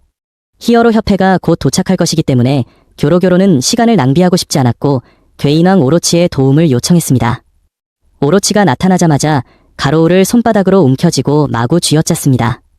교로교로는 아직 가로우가 필요하다며 오로치에게 죽이지 말라고 했습니다. 땅바닥에 내동댕이 쳐진 후 가로우는 몸을 일으켜 오로치와 계속 맞섰습니다. 오로치는 즉시 자신의 뿔로 가로우의 배를 꿰뚫었습니다. 교로교로는 그 뿔이 오로치님이 괴인이 된 후 처음으로 진화시킨 무기라고 말했습니다. 그것들은 무거울 뿐만 아니라 매우 유연하고 훌륭하다고 했죠. 비록 배가 꿰뚫렸지만 가로우는 여전히 매우 기세등등했습니다. 그는 자신이 몸이 꿰뚫린 것이 몇 번 있었으니 한 번 더 당해도 별거 아니라고 말했습니다. 그러자 그는 유수함 세권 기술로 오로치의 뿔을 반격했습니다. 그 후 그는 흐르는 물처럼 빠르게 움직여 피하면서 오로치의 머리에 접근했습니다. 그는 오로치가 예전에 인간이었으므로 약점은 여전히 머리일 것이라고 생각했기 때문입니다. 하지만 오로치의 턱에서 나온 끔찍한 잎들이 튀어나와 그의 몸을 거의 물어뜯을 뻔했습니다. 오로치는 매우 끔찍한 생물로 변하기 시작했습니다. 마치 뱀과 공룡의 잡종처럼 보였습니다. 하지만 가로우는 지렁이 같다고 생각했습니다. 오로치의 뱀머리들이 초고온의 불길을 내뿜어 주위를 불태웠습니다. 가로우는 정통으로 맞아 몸을 버티고 있었습니다. 오로치는 주먹을 움켜쥐고 가로우를 벽에 쳐박았습니다. 교로교로는 가로우에게 포기하라고 소리쳤습니다. 현재 오로치는 대적할 수 없는 궁극의 생물이라고요. 가로우는 자신이 원래 전투의 천재이므로 같은 공격에 2번 당할 수 없다고 말했습니다. 그리고 자신이 역전할 수 없는 전투는 없다고요. 그는 현재 오로치가 매우 강하다는 것을 인정했지만 매우 중요한 한 가지가 부족하다고 했습니다. 그것은 바로 괴인왕의 무서움이었습니다. 그리고 그는 만약 오로치가 사람들을 두렵게 할 수 없다면 자신이 오로치에게 두려움이 무엇인지 가르쳐주겠다고 말했습니다. 말을 마친 그는 유수함 세권의 자세를 취하고 신체적 차이는 기술로 메울 수 있으므로 오로치가 자신을 경계해야 할 것이라고 선언했습니다. 놀랍게도 오로치는 가로우의 자세를 똑같이 따라했고 가로우는 매우 놀랐습니다. 교로교로는 그뿐만 아니라 오로치님도 천재라고 말했습니다. 한번 보기만 하면 상대방의 모든 기술을 배울 수 있다고 했죠. 오로치는 만약 가로우가 두려움을 원한다면 보여주겠다고 말했습니다. 가로우는 격분하여 오로치와 싸우러 달려들었지만 단 몇 초 만에 오로치에게 얻어맞고 쓰러졌습니다. 교로교로는 가로우가 히어로들을 이기기 위해 괴인이 되기를 매우 갈망하는 자이지만 진정한 괴인의 사륙에 대한 욕망이 부족하다고 평가했습니다. 그는 아마 가로우가 아직 인간성을 버리지 못했을 것이라고 생각했습니다. 그래서 그는 가로우를 세뇌하기로 결정했습니다. 히어로 협회에 S급 히어로보다 더 강력한 미지의 인물이 있을 경우를 대비해 괴인 협회의 다음 비장의 카드로 삼기 위해서였습니다. 대머리 아저씨가 배회하던 중 하수구 입구 아래에서 소리가 나는 것을 들었지만 열어보니 소리는 이미 사라져버렸습니다. 동재는 위성을 이용해 지하의 괴인 소굴을 스캔했고 500개체 이상을 스캔했습니다. 즉, 여기 있는 각자가 약 60마리의 괴인과 싸워야 한다는 뜻이었습니다. 하지만 그가 신경 쓰는 것은 그들의 수가 아니라 지난번 진의 장로와 같은 간부급 괴인들이었습니다. 그는 그들 편에 기급이나 용급 괴인이 훨씬 더 많을 것이라고 믿었습니다. 예를 들면 괴인왕 오로치와 군사 교로교로 같은 자들이요. 이 두 놈은 분명 용급이겠지만 그는 아직 간부들과 인질이 위치가 속을 어디에 있는지 파악하지 못했습니다. 그래서 S급 히어로들을 모아 함께 행동해야 했습니다. 정보에 따르면 메탈 나이트는 혼자서 그들의 소굴을 조사하다가 실종되었습니다. 비록 확실하지는 않지만 그는 매우 민첩한데도 그날 이후로 돌아오지 않았기 때문에 당했을 가능성이 높았습니다. 초합금 검은빛은 그 같은 로봇은 쉽게 죽지 않을 것이며 단지 심하게 손상되어 우리가 구하러 오기를 기다리고 있을 것이라고 생각했습니다. 좀비맨은 모두에게 경계해야 한다고 충고했습니다. 그들이 메탈 나이트를 이겼다면 우리 중 누구라도 이길 수 있기 때문이죠. 타츠마키는 그따위 것들이 자신을 이기는 것은 어림도 없다며 모두에게 잡졸들이나 처리하면 충분하다고 말했습니다. 우두머리들은 자기가 맞겠다고요. 섬광의 플래시가 답답해서 말다툼을 시작하자 동재가 개입해야 했습니다. 문득 아마이 마스크가 나타나 아무도 자기를 회의에 초대하지 않은 것에 대해 불쾌감을 표했습니다. 동재는 단지 S급 히어로들끼리 먼저 내부 회의를 하고 싶었을 뿐이라고 말했습니다. 타츠마키는 여기 있는 모두가 그를 싫어해서 초대하지 않은 것이라고 말했습니다. 그녀의 말을 듣고 동재는 당황하며 끔찍한 일이 벌어지기 전에 서둘러 개입했습니다. 사실 동재는 S급 이하 히어로들을 지상에 남겨둘 계획이었지만 일찍 말했다면 틀림없이 아마이 마스크가 동의하지 않았을 것이었습니다. 자신이 지상에 남게 되었다는 것을 알게 된 후 아마이 마스크는 약간 화가 났습니다. 동재는 서둘러 변명했습니다. 그는 두 팀으로 나누고 싶었다고 말했습니다. 지하로 공격하는 특공대와 지상에서 지원하는 지원대. 두 팀이 협력해야 하므로 리더십 있는 사람이 필요했고 그래서 그가 아마이 마스크를 지상팀의 대장으로 선택했다고 했습니다. 하지만 아마이마스크는 인력이 부족하다고 생각하며 여전히 지하로 내려가고 싶어 했습니다. 타츠마키는 그가 약해서 못 가는 것이라고 직설적으로 말했지만 그는 그녀를 무시하고 동재에게 말했고 그녀는 무시당해 미칠 듯이 화가 났습니다. 그는 만약 자신이 리더십이 있다는 것을 안다면 S급 히어로들을 지휘하게 해야 한다고 말했습니다. 그 말을 듣고 좀비맨은 매우 불쾌해하며 온갖 비꼬는 말을 했습니다. 아마이마스크도 불쾌해서 똑같이 비꼬았습니다. 그는 좀비맨에게 왜 불사신인지 물었습니다. 혹시 여기에 잠입한 괴인이 아니냐고요. 검은빛이 서둘러 말리며 서로를 의심하지 말라고 충고했습니다. 아마이마스크는 S급 히어로들 전체를 비판하기 시작했습니다. 그들이 히어로로서의 자격에 맞게 살지 못하고 있다고 생각했기 때문입니다. 히어로는 임무를 완수하기 위해 기꺼이 명령에 따라야 한다고요. 그래서 이제부터 그가 모두에게 명령을 내리겠다고 했습니다. 섬광의 플래시는 극도로 분노하여 그와 한판 붙으려 했습니다. 분위기가 극도로 긴장된 그때 갑자기 킹님이 나타나 분위기를 잠잠하게 만들었습니다. 아마이마스크는 킹님의 남루한 모습에 대해 궁금해했습니다. 킹님이 대답하기도 전에 직원들이 대신 말해주었습니다. 그들은 킹님이 제트시에서 밤새도록 혼자 괴인들과 싸웠기 때문이라고 말했습니다. 아마이마스크와 S급 히어로들은 듣고 매우 감명받았습니다. 킹님은 왜 다들 자기 입에 멋대로 말을 집어넣는지 궁금해했습니다. 아마이마스크는 킹님이 정말 S급 히어로답다고 인정하며 그의 체면을 봐서 떠나기로 했지만 여전히 지하 특공대에 참여하겠다고 선언했습니다. 신가는 막 도착한 지원팀 히어로 15명을 환영하고 그들이 해야 할 임무를 명확히 설명했습니다. 그것은 적의 잔당을 소탕하고 구출된 인지를 본부로 호송하는 것이었습니다. 그들에게 임무에 대한 동기를 부여하기 위해 두 사람은 그들의 노력에 상응하는 승급을 보장했습니다. 잠시 후 뱅 하라범이 시치에게 와서 새 통신기를 요청했습니다. 그의 것이 고장 났기 때문이죠. 하지만 세킹가가 뱅 하라범이 제자에게 손을 무르겠었다는 보고를 했기 때문에 그는 약간 경계하며 뱅 하라범에게 가로우가 탈출한 이유를 직접 물었습니다. 뱅 하라범이 불쾌해하는 것을 보고 그는 물러서며 나중에 통신기를 가져다 주겠다고 말했습니다. 뱅 하라범은 뱅 하라범이 히어로 협회로부터 가로우에게 손을 무르겠었다는 의심을 받고 있다고 생각했습니다. 하지만 뱅 하라범은 결코 손을 무르게 쓰지 않았다고 단언했습니다. 킹님은 숨을 곳을 찾다가 갑자기 뱅 하라범과 마주쳤습니다. 자신 모르게 비밀 히어로 회의가 있었다는 것을 알게 된 후 뱅 하라범은 킹님을 추궁했습니다. 킹님은 괴인 소굴 공격 및 인질 구출 계획에 대해 뱅 하라범에게 자세히 설명해 주었습니다. 뱅 하라범과 제노스가 제외되었다는 사실까지 포함해서요. 뱅 하라범은 괴인 소굴이 사이타마의 집 근처에 있을 줄은 몰랐습니다. 킹님은 각 S급 히어로가 별도의 경로로 침투하도록 배정되었으므로 뱅 하라범과 뱅 하라범이 자신과 함께 가자고 제안했습니다. 그러면서 사이타마와 제노스도 함께 데려가자고요. 가로우도 그 아래에 있기 때문에 뱅 하라범은 함께 가기로 동의했습니다. 킹님은 그 후 히어로들이 있는 곳으로 돌아가 그들과 함께 출격 준비를 했습니다. 그의 마음은 이때 혼자 가지 않게 되어 매우 안도하고 있었습니다. 대머리 아저씨의 집으로 가는 길에 후부키는 온갖 생각을 했습니다. 그녀는 언니가 작전에 개입했다고 생각했습니다. 분명 그들이 그녀에게 참여하라고 불렀는데 그 후 갑자기 다시 전화해서 올 필요 없다고 했기 때문이죠. 그럼에도 그녀는 참여하고 싶었습니다. 그녀는 그 요녀와 개인적인 원한이 있었기 때문이죠. 하지만 복수하려면 새로운 눈보라 그룹이 필요했습니다.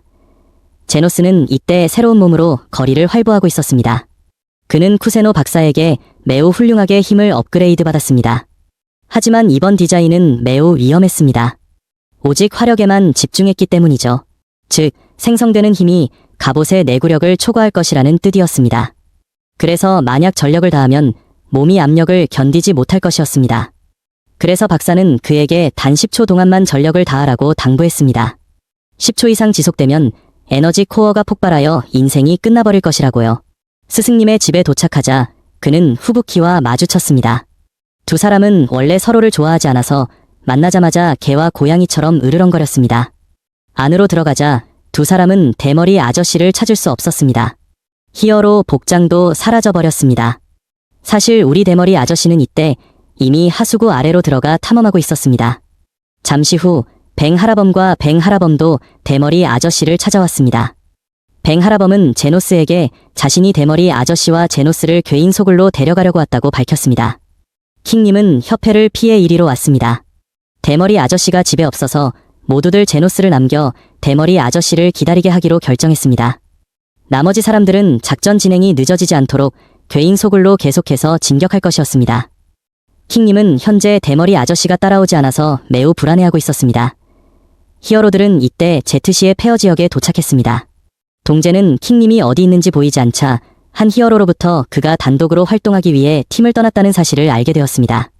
가기 전에 그는 자신이 배정된 장소로 혼자 가겠다고 메시지를 남겼습니다. 동제는 약간 슬펐습니다. 그는 킹님이 자신을 단지 어린애로 보기 때문에 직접 말하지 않았다고 생각했기 때문이죠. 잠시 후 괴인들도 점점 많이 몰려왔고 그들은 이름이 사안인 정체불명의 등급의 괴물이 이끌고 있었습니다. 사안은 초능력을 사용해 여러 건물을 하늘로 들어 올려 히어로들을 경악하게 만들었습니다. 그리고 그는 자신의 과거에 대해 이야기했습니다. 그는 원래 약한 초능력자였는데 교로교로님이 히어로에게 살해당한 괴인들의 눈을 이식해 주었다고 말했습니다. 그 눈 속에 남은 의지가 그의 힘을 증폭시켰고 오늘이 바로 그가 다른 괴인들과 함께 복수할 때라고요. 건물들이 떨어지자 타츠마키는 즉시 결계를 만들어 막았습니다. 하지만 작은 파편들은 그녀가 히어로들 스스로 처리하도록 내버려 두었습니다. 세킹가가 비판하려 하자 그녀는 그들을 보호할 책임이 없다고 즉시 말했습니다. 이 급한 상황에서 스스로를 보호하지 못한다면 그냥 집에 가는 것이 낫다고요. 탱글탱글 프리즈너와 초합금 검은비디 즉시 나서서 지원팀을 자네로부터 보호했습니다. 아마이마스크도 타츠마키의 관점에 동의했습니다. 지원팀의 임무는 지원하는 것이지 짐이 되는 것이 아니라고요. 타츠마키는 계속해서 사안과 맞섰습니다. 사안은 타츠마키 자매의 눈을 파내 실험하겠다고 위협했고 그녀는 매우 분노했습니다. 그리고 그녀는 그와 싸울 준비를 하며 힘을 확장했습니다. 다른 히어로들도 뛰어난 기술을 선보이기 시작했습니다. 예를 들어 이 저격수 괴인은 원샷이라는 저격수 히어로에게 한 방에 죽었습니다. 말 그대로 쏴서 죽여버렸죠. 팀장 미즈키는 스포츠 파워를 선보이며 괴인들을 공격했습니다. 그녀가 수적으로 열세에 몰렸을 때 초합금 검은빛이 달려와 구해주었습니다. 선배로서 초합금 검은빛은 그녀에게 꾸준히 훈련하라고 당부했습니다. 어라, 근데 왜 그녀의 손가락은 6개지? 자기 애가 강한 히어로인 기공자 가면은 자신이 아마이마스크의 제1의 라이벌이라고 자처하며 매우 훌륭한 실력을 보여주었습니다. 화려한 공격으로 괴인들을 차례차례 쓰러뜨렸습니다.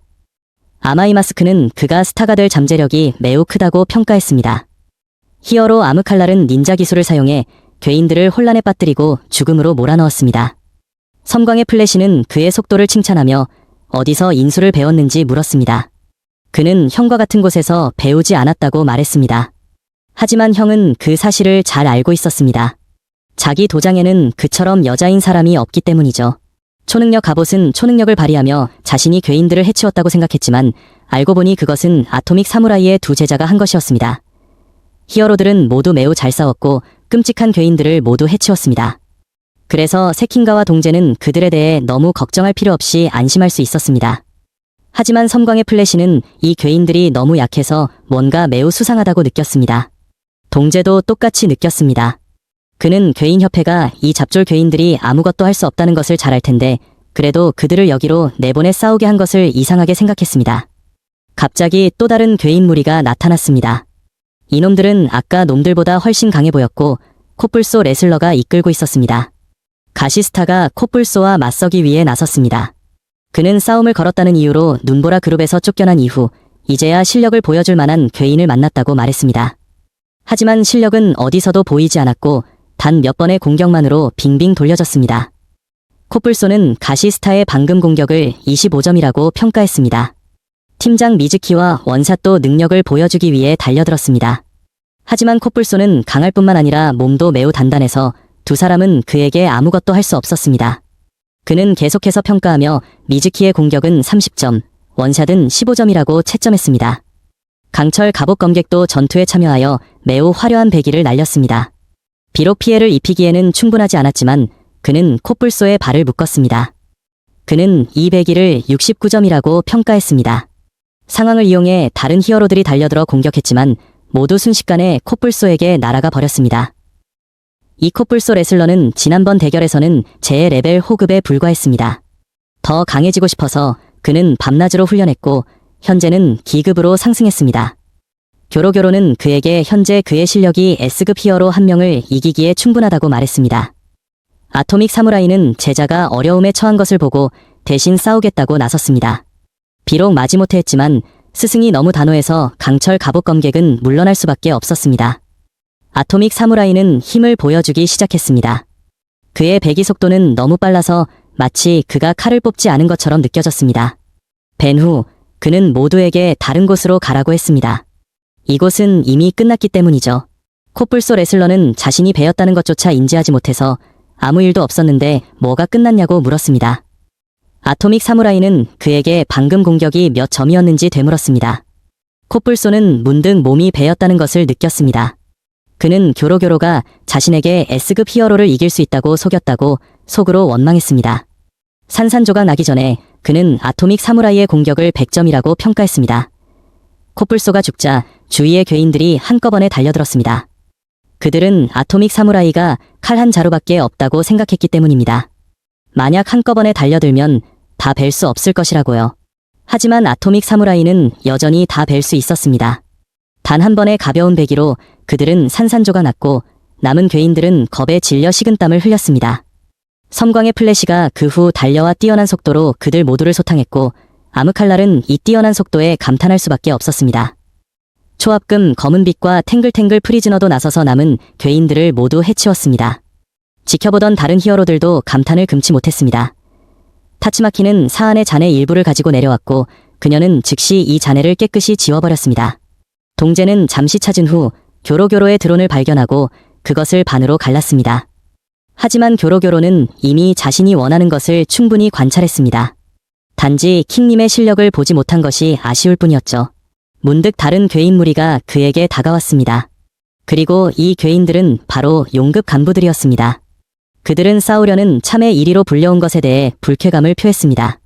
적이 소탕되었으므로 동재는 특공대 멤버들과 함께 배정된 위치로 진격하는 작전을 계속 수행했습니다. 교로교로는 히어로들과 맞서다 도망친 괴인들을 비난했습니다. 그들은 이길 수 없으면 도망쳐야지 남아서 죽을 수는 없다고 말했습니다. 그 말을 듣고 교로교로는 이 비겁자들을 처형하고 그들을 오로치에게 제물로 바쳤습니다. 그 후 그는 다른 괴인들에게 만약 또 비겁하게 굴면 비슷한 결말을 맞을 것이라고 경고했습니다. 이제 S급 히어로들이 괴인협회의 아지트에 침입했고 괴인협회도 그들의 전투 스타일을 철저히 연구했습니다. 과연 히어로들은 인지를 구할 수 있을까요? 아니면 괴인협회에게 당하게 될까요? 다음 이야기를 지켜봅시다. 그때 플래시는 동재가 건네준 발신기를 들고 아지트 내부를 돌아다니고 있었습니다. 그 안에는 지도도 들어있어서 서로의 위치를 파악해 길을 잃지 않게 해줍니다. 괴인 몇 마리가 나타났지만 플래시는 눈 깜짝할 사이에 그들을 해치웠습니다. 그는 인지를 찾아 계속 나아갑니다. 갑자기 윈드와 플레임이 길을 막습니다. 플래시가 엄청난 속도로 공격했지만 둘 다 피했습니다. 윈드가 말합니다. 이게 내 최고 속도라고 생각하지 마라 플래시. 너는 44기 졸업생 사건에 대해 책임을 져야 해. 이제 준비해라. 플래시는 그들과 치열하게 싸우기 시작합니다. 플래시가 공중으로 피하자 윈드가 와이어 함정으로 공격했지만 플래시는 피했습니다. 윈드가 말합니다. 잘 피했군. 하지만 혼자 올 줄은 몰랐다. 너무 자만하는 거 아니냐. 플래시는 상황을 분석하며 검을 고쳐 잡습니다. 윈드는 그가 도망치려 한다고 생각했지만 플래시는 오히려 둘을 공격하며 벽을 부숴버립니다. 플래시가 묻습니다. 너희들 닌자 마을에서 왔냐? 나를 죽이려고 괴인 협회에 들어온 거냐? 셋은 다른 장소로 이동해 다시 싸웁니다. 격렬한 공방이 이어집니다. 플래시가 묻습니다. 누가 너희를 고용했지? 괴인 협회를 정리하고 나면 그 녀석도 처리하려고 묻는 거야. 3명 모두 전력을 다해 싸우지만 아무도 다치지 않습니다. 윈드가 고용주의 이름을 대지만 플래시는 이미 그들을 처리했다고 말합니다. 윈드는 다시 말합니다. 닌자 마을의 37기 황금 세대가 가장 강하다. 우리는 그 중에서도 정점에 있는 2명이다. 44기인 내가 얼마나 버티는지 보자. 둘이 동시에 공격하지만 플래시는 아무렇지 않게 반격합니다. 플래시가 말합니다. 장난 그만하고 괴인의 힘을 꺼내라. 너희들이 나를 넓은 곳으로 유인한 건 속도를 제대로 내기 위해서였겠지. 이제 보여주마. 괴물이 된다고 해서 나를 이길 수 있는 건 아니라는 것을. 둘은 괴인 형태로 변신해 공격합니다. 하지만 플래시는 그들의 기술을 모두 파악하고 있었습니다. 플래시는 그들의 검을 부수고 압도적인 실력 차이를 보여줍니다. 플래시가 말합니다. 기본기가 탄탄하면 아무리 빠른 공격도 대처할 수 있다. 너희는 아무것도 못한다. 이에 분노한 인드와 플레임은 닌자의 자존심을 버리고 괴물로서 전력을 다해 공격합니다. 플래시는 검을 놓쳤지만 맨손 격투로 대응하다가 다시 검을 잡고 필살기로 둘을 베어버립니다. 플래시가 말합니다. 나는 너희 둘을 동시에 죽일 기회를 기다리고 있었다. 한 명이라도 도망치면 나중에 귀찮아지니까. 만약 다른 S급 히어로들이었다면 너희 속도를 따라잡지 못했을 거야. 인드는 죽어가며 말합니다. 암살자는 늘 어둠 속에서 이용만 당하고 버려진다. 우리는 그저 한 번이라도 세상을 지배해보고 싶었다. 힘을 얻기 위해 노력했는데 무엇이 부족했던 거냐. 다리가 무너지고 둘은 아래로 떨어집니다. 플래시는 그들에게 단순히 수련이 부족했을 뿐이라고 말합니다. 이때 동재는 히어로들의 위치를 확인하다가 플래시의 발신기가 고장난 걸 알게 됩니다. 하지만 S급 히어로들을 믿기에 걱정하지 않습니다. 동재는 메탈 나이트의 잔해를 발견하고 놀랍니다. 오로치가 한 짓일까요? 동재는 데이터를 추출해 인질이 위치를 알아냅니다. 동재는 사탕을 먹으며 침착하게 작전을 구상합니다. 그때 피닉스 남자가 나타납니다. 그는 동재의 로봇을 부순 범인입니다. 피닉스 남자가 말합니다. 너는 머리 좋은 S급 히어로지만 여기서 비참하게 죽을 거다. 나는 괴인협회를 발판 삼아 오로치의 자리를 차지할 거야. 피닉스 남자가 공격하지만 동재는 투명 방어막을 설치해 그가 부딪히게 만들고 무기로 마무리합니다. 동재는 인질을 지키던 괴인들을 독가스로 처리합니다. 그리고 인질인 와간마의 얼굴에 붙어있던 개구리 괴인은 사실 동재의 로봇이었습니다. 해파리 괴인이 공격해오지만 동재의 공격은 통하지 않았습니다. 하지만 동재는 기름을 부어 태워버리고 와간마를 구해냅니다. 와간마는 늦었다며 투덜거립니다. 탈출하려던 순간 누군가 다가옵니다. 바로 로봇 괴인지 파이브였습니다. 동재는 로봇들을 합체시켜 대항합니다. 와간마는 로봇 싸움이라며 좋아합니다. 동재는 미사일로 G5를 묶어두고 그 틈을 타 와간마를 데리고 탈출합니다. 와간마는 아까 왜 동재가 그 로봇과 싸우지 않았는지 궁금해했습니다. 동재가 충분히 이길 수 있을 것처럼 보였기 때문입니다. 하지만 동재는 그 녀석이 매우 강력해서 맞서 싸우면 시간이 많이 걸릴 것이라고 판단했습니다. 지금은 와간마를 안전하게 지상으로 돌려보내는 것이 가장 중요한 임무입니다. 도망치던 도중 소녀는 지상에 있는 피닉스 남자의 시체를 보고 눈이 휘둥그레집니다. 이 새는 원래 옛날 동물 제국이라는 예능 프로그램의 마스코트였습니다. 둔하고 행동이 느려서 프로그램에서 자주 죽는 역할이었죠. 그런데 둔하다는 설정 때문에 다음 회차에서는 마치 아무 일도 없었다는 듯이 되살아나곤 했습니다. 물론 그건 TV쇼에서만 일어나는 이야기입니다. 그런데 이야기를 듣던 동재는 뭔가 이상한 낌새를 눈치챕니다. 만약 인형 옷을 입고 괴인이 되었는데 그 캐릭터의 설정까지 그대로 유지하고 있다면 어떨까요? 동재가 우려했던 일이 벌어집니다. 피닉스 남자의 온몸이 빛나기 시작합니다. 교로교로는 죽음의 문턱을 넘나드는 것이야말로 괴인을 폭발적으로 성장시키는 비결이라고 말한 적이 있습니다. 현재 피닉스 남자는 재앙 수준인 용급으로 진화하여 전생 피닉스 남자로 다시 태어났습니다. 동재는 배낭에서 거대한 총을 꺼내 새를 잡는 끈끈이 탄을 쏘지만 괴인은 날갯짓 한 번으로 엄청난 열기를 뿜어내 탄환을 녹여버리고 두 사람을 공격합니다. 동재는 어쩔 수 없이 내열 방어막을 펼쳐 와간마를 보호하고 혼자서 싸우기로 합니다. 모든 무기를 꺼낸 동재는 반드시 놈을 다시 쓰러뜨리겠다고 다짐합니다. 하지만 상대의 공격은 투명 방어막에 또다시 막히는가 싶더니 피닉스 남자는 아까 썼던 불이 공격의 강화 버전을 사용합니다. 방어막을 뚫고 방패까지 찌그러뜨리며 동재를 벽으로 밀어붙입니다. 피닉스 남자는 전신에 힘이 넘쳐나는 것을 느끼며 지금 이 순간 자신이 이 행성 최고의 생명체라고 확신합니다. 동재는 겁에 질려서가 아니라 자신의 약함에 화가 나서 눈물을 흘립니다. 리더급도 아닌 녀석이 예상보다 훨씬 강하다는 사실에 분노하며 결국 최강의 무기인 브레이브 자이언트를 호출합니다. 동재의 손목시계에서 번개가 뿜어져 나오고 주변 벽에서 날카로운 금속 드릴들이 튀어나옵니다. 제가 이 에피소드를 너무 일찍 칭찬한 것 같네요. 애니메이션에서 많은 장면이 잘려나갔습니다. 특히 동재가 변신해서 지구 전체를 뒤흔드는 장면 말이죠. 애니메이션에서는 드릴이 조립되어 동재의 몸에 갑옷처럼 장착되는 장면만 남았습니다. 피닉스 남자가 벽을 뚫고 덤비지만 동재는 이미 예상하고 부품들을 지하에 대기시켜 두었습니다. 하지만 피닉스 남자는 구출된 인질이 탈출하는 즉시 이 형태를 사용하지 않았다는 점을 간파합니다. 이는 활동 조건에 제약이 있다는 뜻입니다. 실제로 이 형태는 3분밖에 유지되지 않는다는 시간 제한이 있어서 동제는 전투를 빨리 끝내야 합니다. 피닉스 남자가 날개를 펴고 도망치자 동제는 절단 방어막을 사용해 추격하고 열추적 미사일로 상대를 조준합니다. 괴인은 불사조 화염탄으로 대응하여 열신호를 분산시키고 목표를 교란합니다. 동제는 델타 스케일 세이버를 발동해 공간을 가르는 참격을 날립니다. 이 로봇은 속도는 빠르지만 움직임이 뚝뚝 끊겨 보입니다. 이것은 새와 인간이 합체한 궁극의 흰 피닉스 파이어 킹 모드를 발동시킨 것입니다. 속도가 눈에 띄게 빨라져 로봇 주위를 날아다니며 눈으로 쫓을 수 없게 만듭니다. 불사조의 맹렬한 발톱 공격이 이어집니다. 피닉스 남자의 발톱이 강화되어 동제를 향해 연속으로 핥힙니다.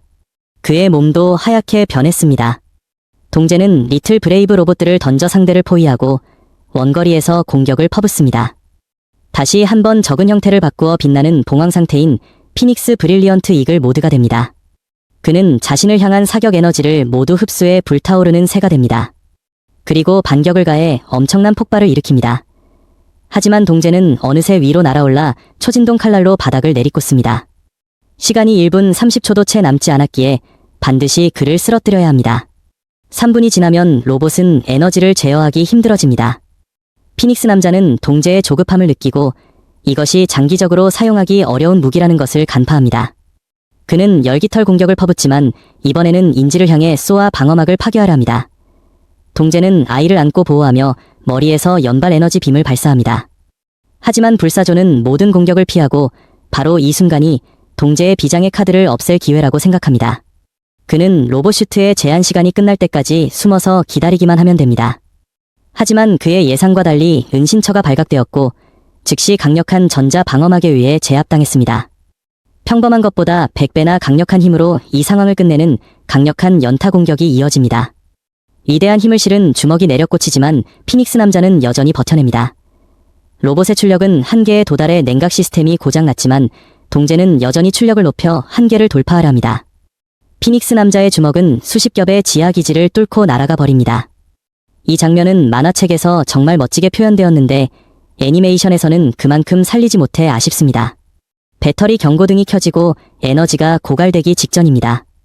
이 녀석은 멈추지 않고 계속해서 강해지기 때문에 동제는 위험을 무릅쓰고 그를 확실히 제거해야 합니다. 갑자기 앞쪽에서 아주 빠른 신호가 감지되어 동제는 그것이 플래시라는 것을 알게 됩니다. 이는 동제의 로봇 형태인 브레이브 자이언트가 땅을 뚫고 지하 깊은 곳에 있는 폭포까지 내려갈 수 있을 만큼 강력하다는 증거입니다. 하지만 피닉스 남자는 또다시 부활합니다. 신호가 아주 가까이 있지만 아무리 불러도 플래시는 보이지 않습니다. 사실 플래시는 발신기를 떨어뜨렸고 지금은 조로처럼 길을 헤매고 있습니다. 동제는 바닥에 닿자 주변 광경에 놀랍니다. 발신기가 여기 떨어져 있어서 플래시가 당했다고 생각했기 때문입니다. 동제 뒤에서 큰 폭발이 일어납니다. 피닉스 남자는 동제에게 고마워해야 합니다. 왜냐하면 어중간한 상대는 그의 진화를 이렇게까지 자극할 수 없기 때문입니다. 재앙의 수준이 더 높아질 수 있다는 생각에 동제는 도망치지 않고 여기서 끝내기로 결심합니다. 방송이 취소되었음에도 불구하고 그는 불사조 옷을 벗는 것을 받아들일 수 없습니다. 따라서 날이 갈수록 인간성이 사라지고 옷의 의지가 주도권을 잡으면서 구속에서 벗어나 영원한 존재가 됩니다. 이번에는 전 세계가 무대가 되고 피닉스 남자가 주인공이 될 것입니다. 옷을 입은 배우가 죽고 다시 살아나기를 반복하며 결국 끈기를 통해 승리할 것입니다.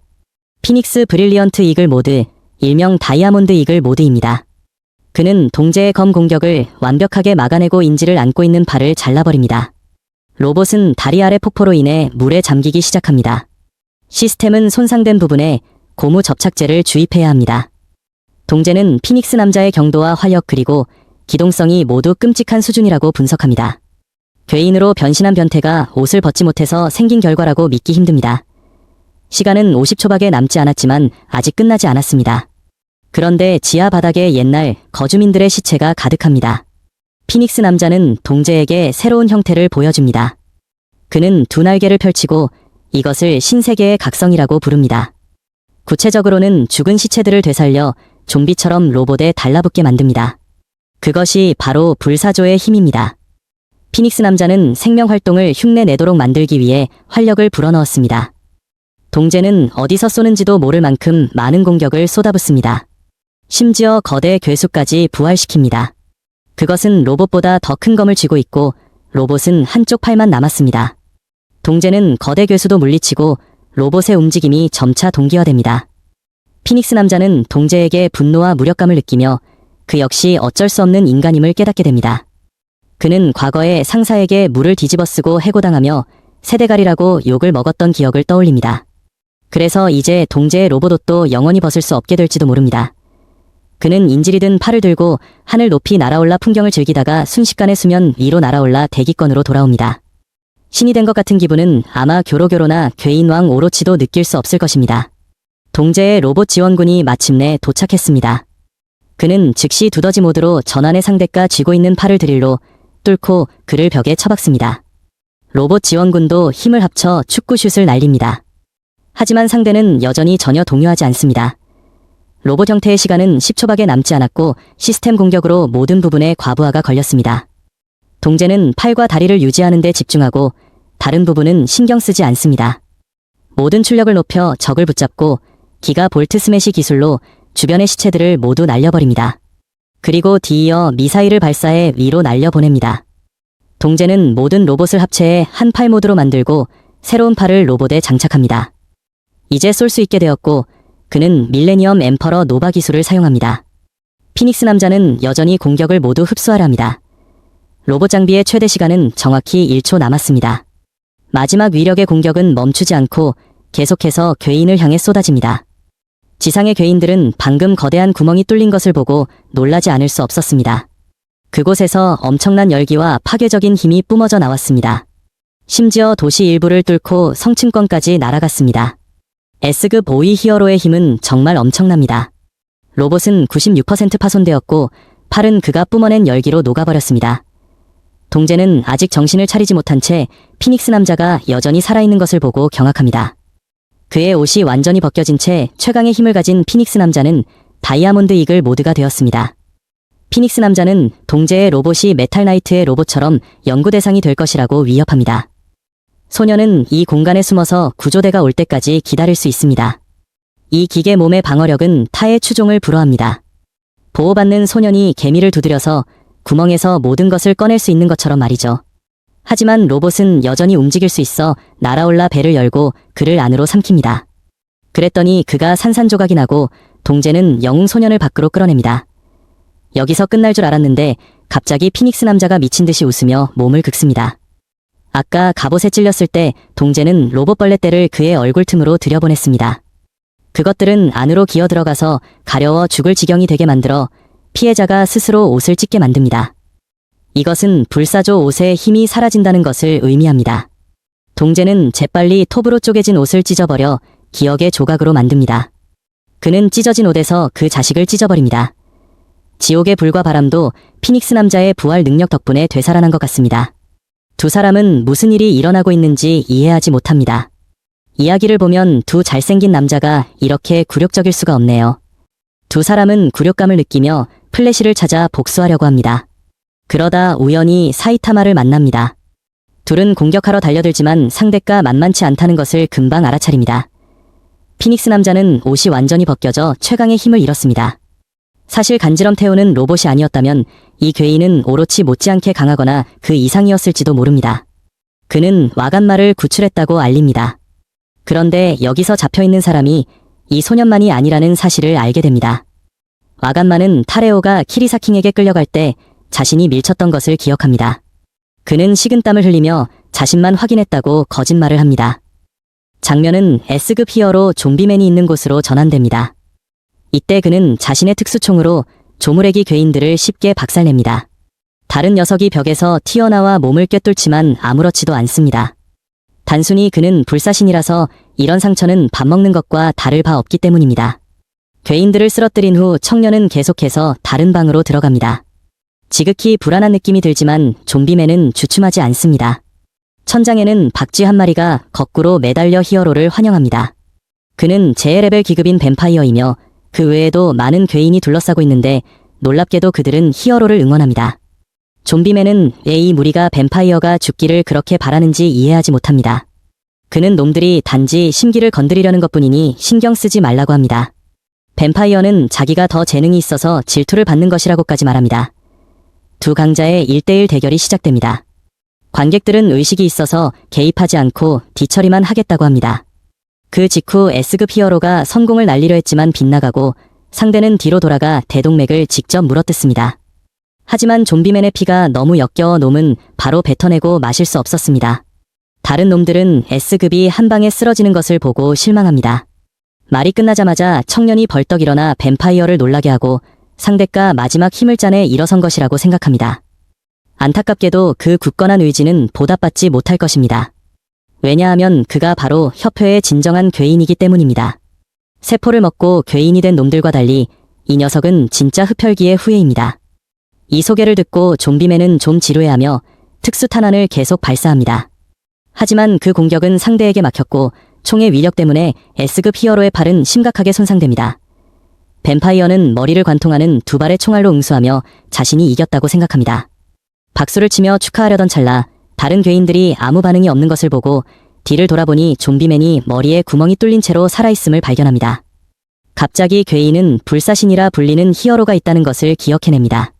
그는 좀비맨을 가짜 인간이라고 비꼬지만 재생 능력만큼은 인정합니다.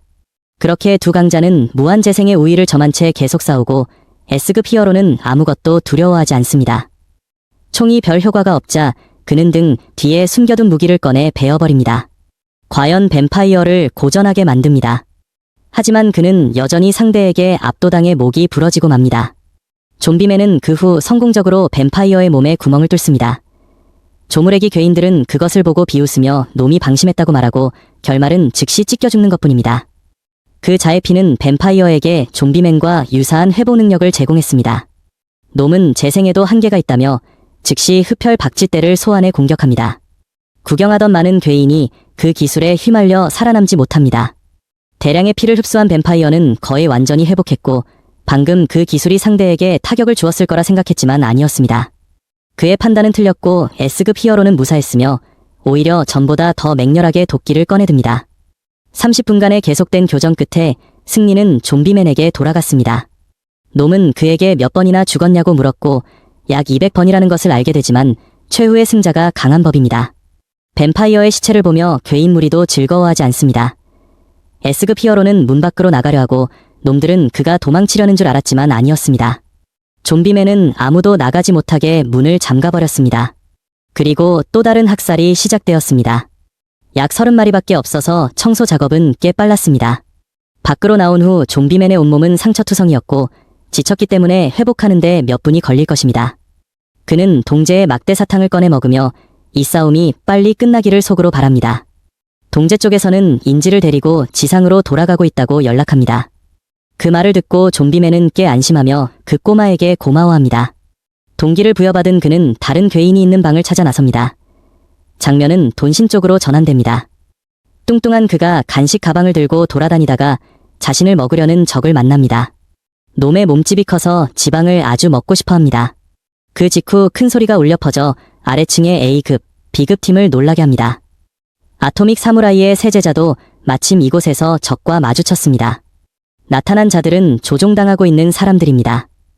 팔이 없는 청년은 그들을 죽이지 말고 제압만 하자고 제안합니다. 그 말을 듣고 여성 괴인은 바보들이 여기 또 있다며 더욱 흥분합니다. 그녀는 세뇌된 사람들을 일제히 공격하게 합니다. 총알이 그들의 속도보다 느리게 날아가기 때문에 피하는 것은 어렵지 않습니다. 게다가 강력한 스승의 가르침을 받아 3인조는 매우 자신만만합니다. 먼저 무릎과 팔꿈치 틈새를 통해 관절을 처리합니다. 하지만 그들은 저들이 입고 있는 슈트를 과소평가했습니다. 또한 저 여성 괴인의 조종 방식도 알아냅니다. 목소리로 상대를 깨우려 하지만 효과가 없습니다. 구하는 방법을 모르니 어쩔 수 없이 배기로 합니다. 이들이 입은 슈트는 암시장 갑옷으로 신체 강화뿐만 아니라 방어력도 매우 좋습니다. 세 사람이 고전하는 틈을 타 여성 괴인이 기습하려던 찰나 A급 최강 히어로가 도착했습니다. 아마이 마스크는 상대의 무기를 쉽게 잡으며 그녀가 소리로 부하들을 조종하고 있다고 말합니다. 아마 청각을 통한 최면일 것이며 공격을 받으면 의식을 뺏길 가능성이 높습니다. 이런 적을 상대하는 것은 세 사람에게 불리함으로 먼저 보내줍니다. 아마이 마스크는 자신만만하게 말합니다. 나는 최면에 안 걸리니 걱정 마. 다른 사람들도 슈퍼스타를 믿기로 하고 바로 달려갑니다. 적은 혼자 남을 용기를 칭찬합니다. 그녀는 입마개를 풀고 자신도 그의 팬이라며 침대에서 같이 예술적인 교류를 하자고 합니다. 이 말 자체는 문제가 없었지만 여자가 20cm나 되는 긴 혀를 내밀자 아마이 마스크는 역겨움을 느낍니다. 그는 추악한 것을 매우 싫어해서 바로 손을 씁니다. 아토믹 사무라이의 새 제자는 청년이 비장의 카드를 보여주기 싫어서 숨기는 것이라 생각했지만 사실 아마이 마스크는 악을 가차없이 제거하는 자신의 행위를 숨기고 싶었을 뿐입니다. 조종당하던 불운한 사람들은 그에게 무자비하게 제거당했고 여성 악당조차 이 광경에 충격을 받습니다. 그녀가 반격하려 했지만 이미 너무 늦어 아무것도 할 수 없었고 마지막에 무릎을 꿇고 목숨을 구걸하려 했지만 소용없었습니다. 괴인은 죽어야 할 뿐입니다. 반대편에서 새 제자는 돈신이 괴물을 먹는 장면을 목격하고 소리만 들어도 역겹지만 정말 대단하다고 느낍니다. 갑자기 아래에서 누군가 기습하는 것을 느끼고 즉시 대응하다가 아래층으로 떨어져 머리카락을 이용해 공격하는 잘생긴 괴인과 마주칩니다. 그는 자신을 마롱발이라고 소개하고 뜻밖에도 상대의 외모의 팀원 중 한 명이 매료됩니다. 나머지 두 명이 꾸짖습니다. 저건 괴인이지 사람이 아니니 정신 차리라고 합니다. 게다가 그들의 임무는 스승과 다른 사람들의 부담을 줄여주는 것입니다. 그 말을 듣고 그도 마음을 다잡고 검기로 탐색 공격을 합니다. 놀랍게도 상대는 머리카락만으로 막아냅니다. 부딪히는 소리가 마치 새를 베는 것 같습니다.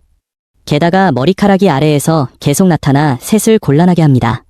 공격을 맞으면 확실히 안 좋을 것 같습니다. 머리카락은 얇아서 갑옷 틈새와 뼈 사이로 쉽게 파고듭니다. 셋이 함께 대처해야 할 최악의 상황들이 그려집니다. 마롱발은 계속해서 머리카락을 땅에 꽂아 기습 공격을 합니다. 팔이 없는 청년은 동료들에게 눈이 아니라 살기를 느껴 반응하라고 합니다. 한 가닥만 놓쳐도 목숨을 잃을 수 있으니 정말 신중해야 합니다. 머리카락은 수천 가닥인데 검은 세 자루뿐입니다. 결국 계속해서 베어내며 접근을 시도해야 합니다. 다행히 이쪽은 단결력과 신뢰가 강합니다. 그렇게 셋은 고함을 지르며 미친 듯이 상대의 머리카락을 자릅니다. 그들은 이런 상황이라면 스승님은 어떻게 하실지 자문합니다. 예전에 아토믹 사무라이가 말했습니다. 만약 괴인 측에 인간이 이길 수 없는 자가 있다면 어떻게 할 거냐고. 그는 잠시 생각하더니 한마디로 결론지었습니다. 그렇다면 인간의 한계를 넘어야 한다고. 분명 S급 히어로들은 모두 그 한계를 넘었지만 세 사람은 아직 약해서 뒤쫓아가려고 노력할 뿐입니다.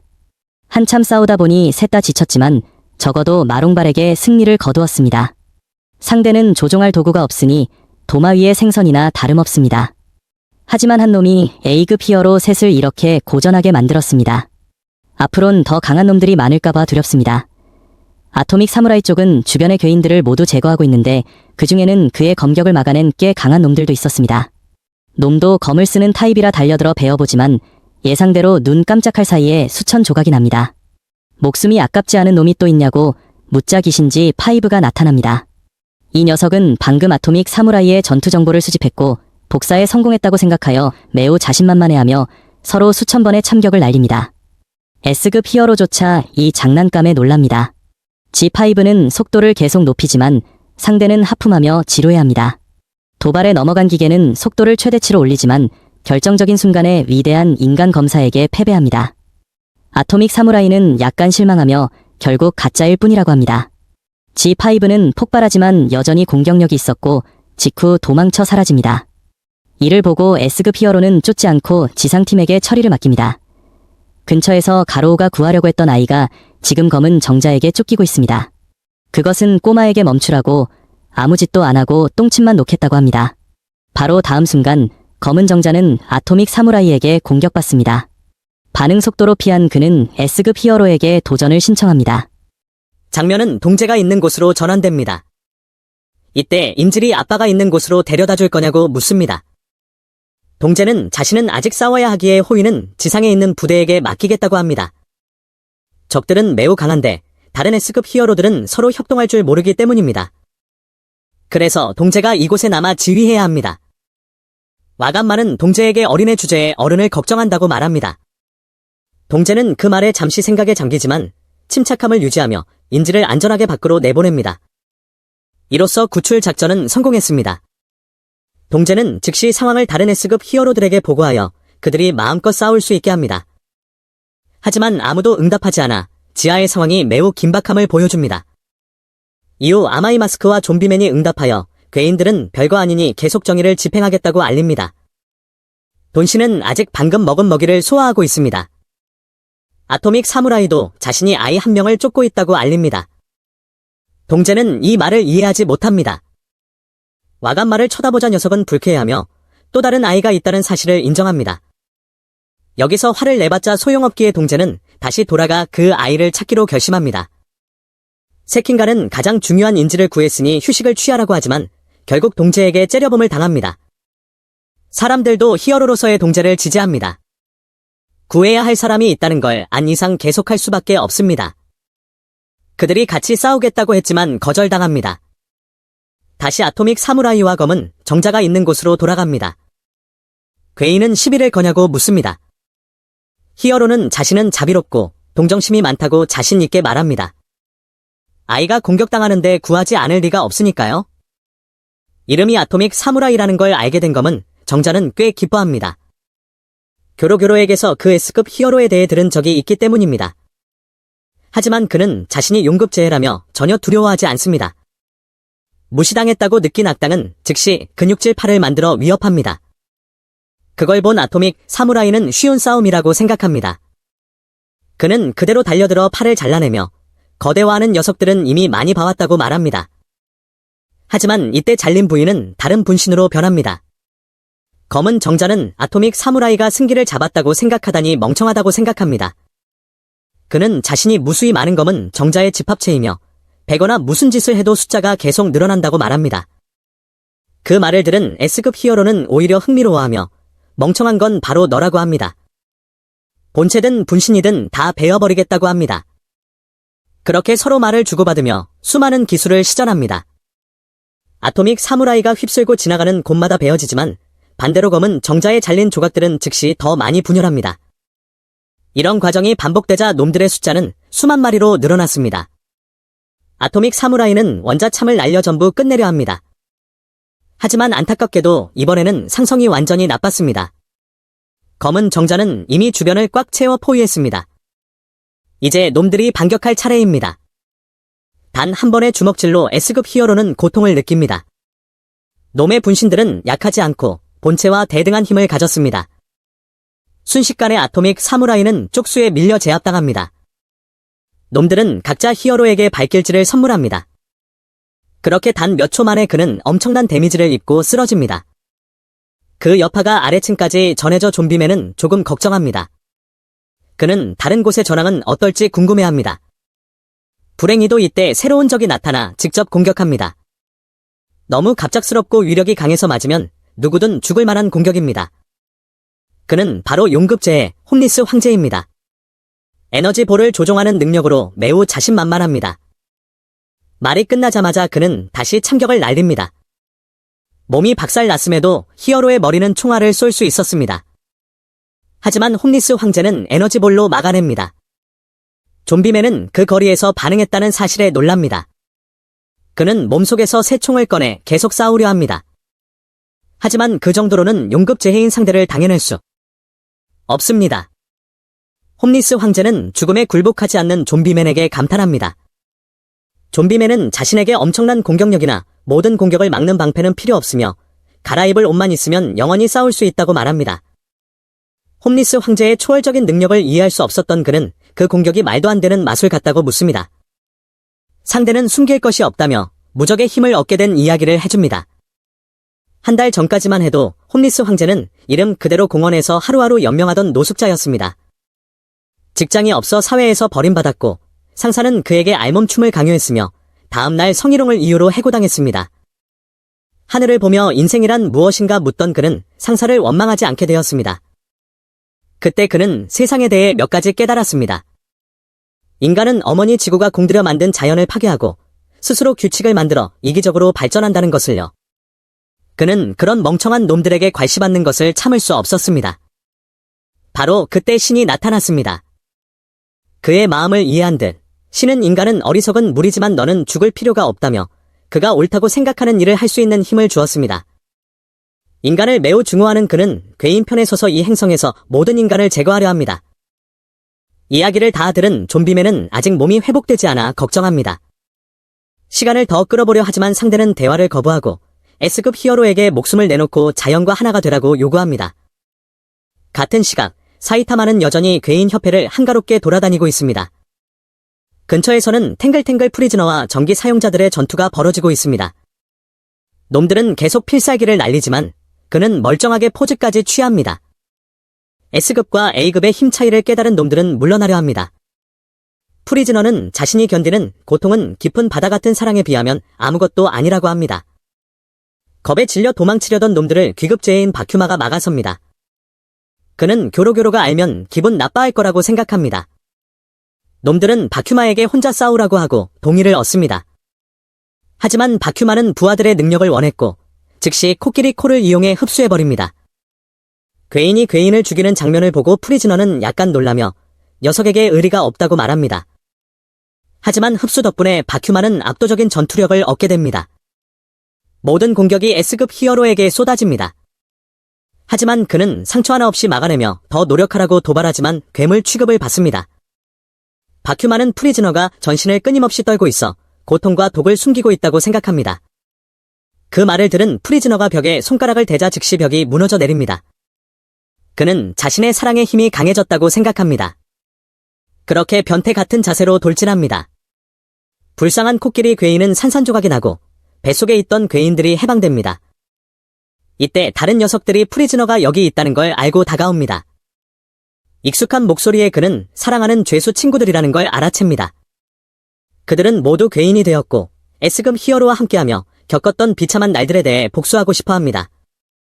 그렇게 그들은 변태 남자를 다구리 칩니다. 하지만 프리즈너는 달콤한 말로 친구들을 깨우려 합니다. 그러자 자격이 없다며 욕만 먹습니다.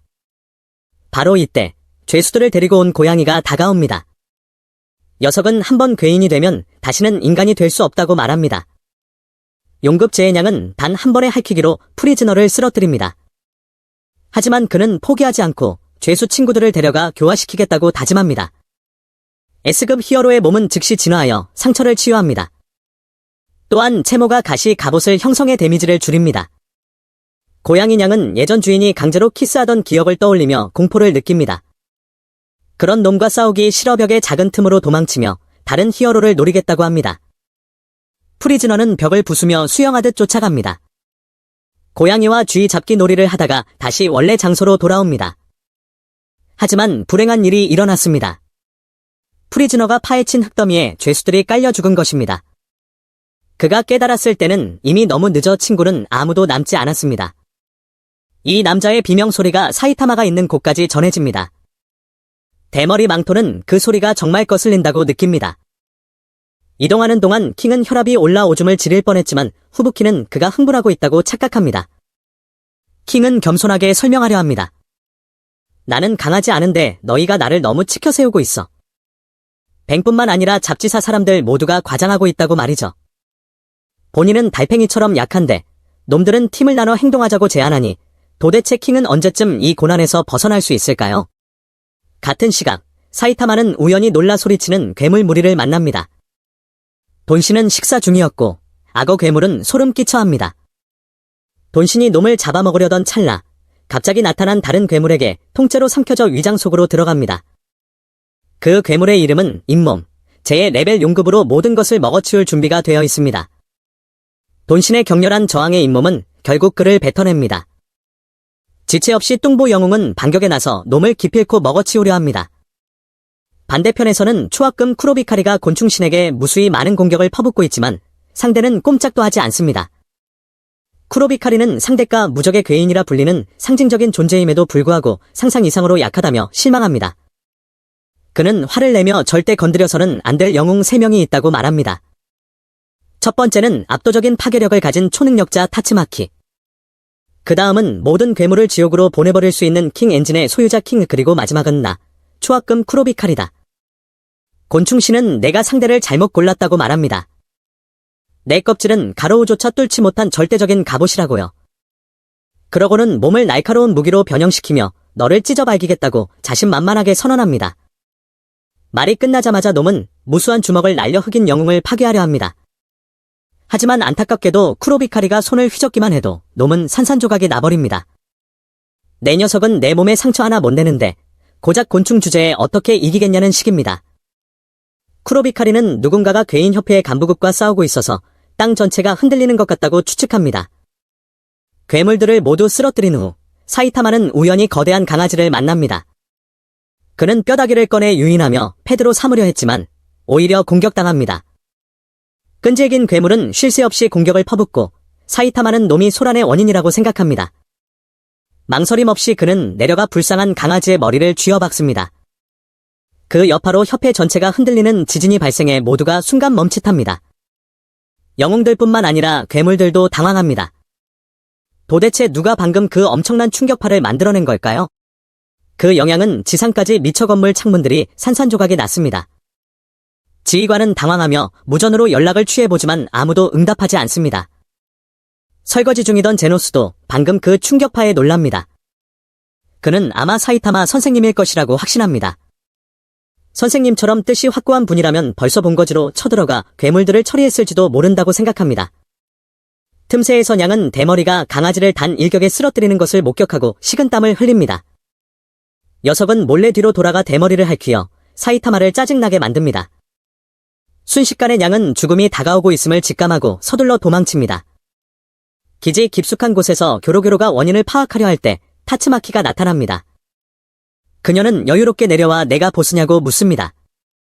괴물은 내가 내 본거지에 온 것을 환영한다고 기뻐합니다. 오직 너만이 내가 직접 상대해야 할 적이라고 생각했다고 말합니다. 나는 괴인협회의 참모장이자 괴인을 중심으로 한 신세계를 창조할 자라고 소개합니다. 소개가 끝나자 교로교로는 초능력을 이용해 상대를 돌덩이 속에 가두고 으깨려 합니다. 놈이 힘껏 압박하자 타츠마키는 힘을 폭발시키며 비웃습니다. 겨우 이 정도냐고 말이죠. 그녀의 손가락질 한 번에 놈의 결계는 뚫리고 팔은 날아갑니다. 상황이 좋지 않음을 느낀 교로교로는 진지하게 본 모습으로 싸움에 임합니다. 괴물은 사납게 중력을 폭발시키며 심지어 300배까지 중력을 높이지만 타츠마키의 뻐근한 어깨를 풀어주기엔 역부족입니다.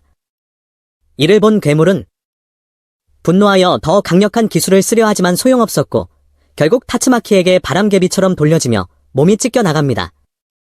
그녀는 이 녀석이 고기 인형에 불과하다는 걸 알고 있기에 빙빙 돌려 말하지 않고 본체를 끌어내 대화하겠다고 합니다. 자신이 이 꼬맹이에게 상대가 안 된다는 걸 깨달은 교로교로는 무력하게 오로치에게 도움을 요청해 타츠마키를 놀라게 합니다. 예전에 누군가가 그 이름을 언급했던 것 같다고 생각합니다. 교로교로는 그가 진짜 괴물이니 이번엔 내가 끝장날 것이라고 말합니다. 놈은 오로치를 키우고 세뇌하여 모든 명령에 절대 복종하게 만들었지만 아무리 기다려도 오로치의 그림자조차 보이지 않습니다. 타츠마키는 그가 다른 영웅과 싸우느라 바쁜 것 같다고 조롱합니다. 그 말을 들은 교로교로는 떨기 시작합니다. 설마 내 아니보다 더 우선해야 할 적이 있다는 말인가? 상대는 타츠마키인데 빨리 오란 말이야. 불타오르는 괴인왕이 올라오는 것을 보면서도 사이타마는 전혀 동요하지 않습니다. 대머리 망토는 정중하게 안부를 묻지만 놈에게 한 방 먹습니다. 오로치는 위험을 감지하고 근원을 제거하기 위해 올라온 것입니다. 상대가 살아있고 계속 불평하는 것을 본 괴인왕은 화력을 집중해 목표물을 향해 강력한 일격을 날립니다. 마침 깨어난 강아지가 공격하려다 대머리형의 험악한 표정을 보고 지체 없이 꼬리를 말고 도망쳐 괴인왕을 당황하게 합니다. 사이타마는 투덜거립니다. 너 진짜 배짱 좋네. 감히 내 망토를 태워... 이번엔 진심으로 때릴 거야. 봐주지 않겠어.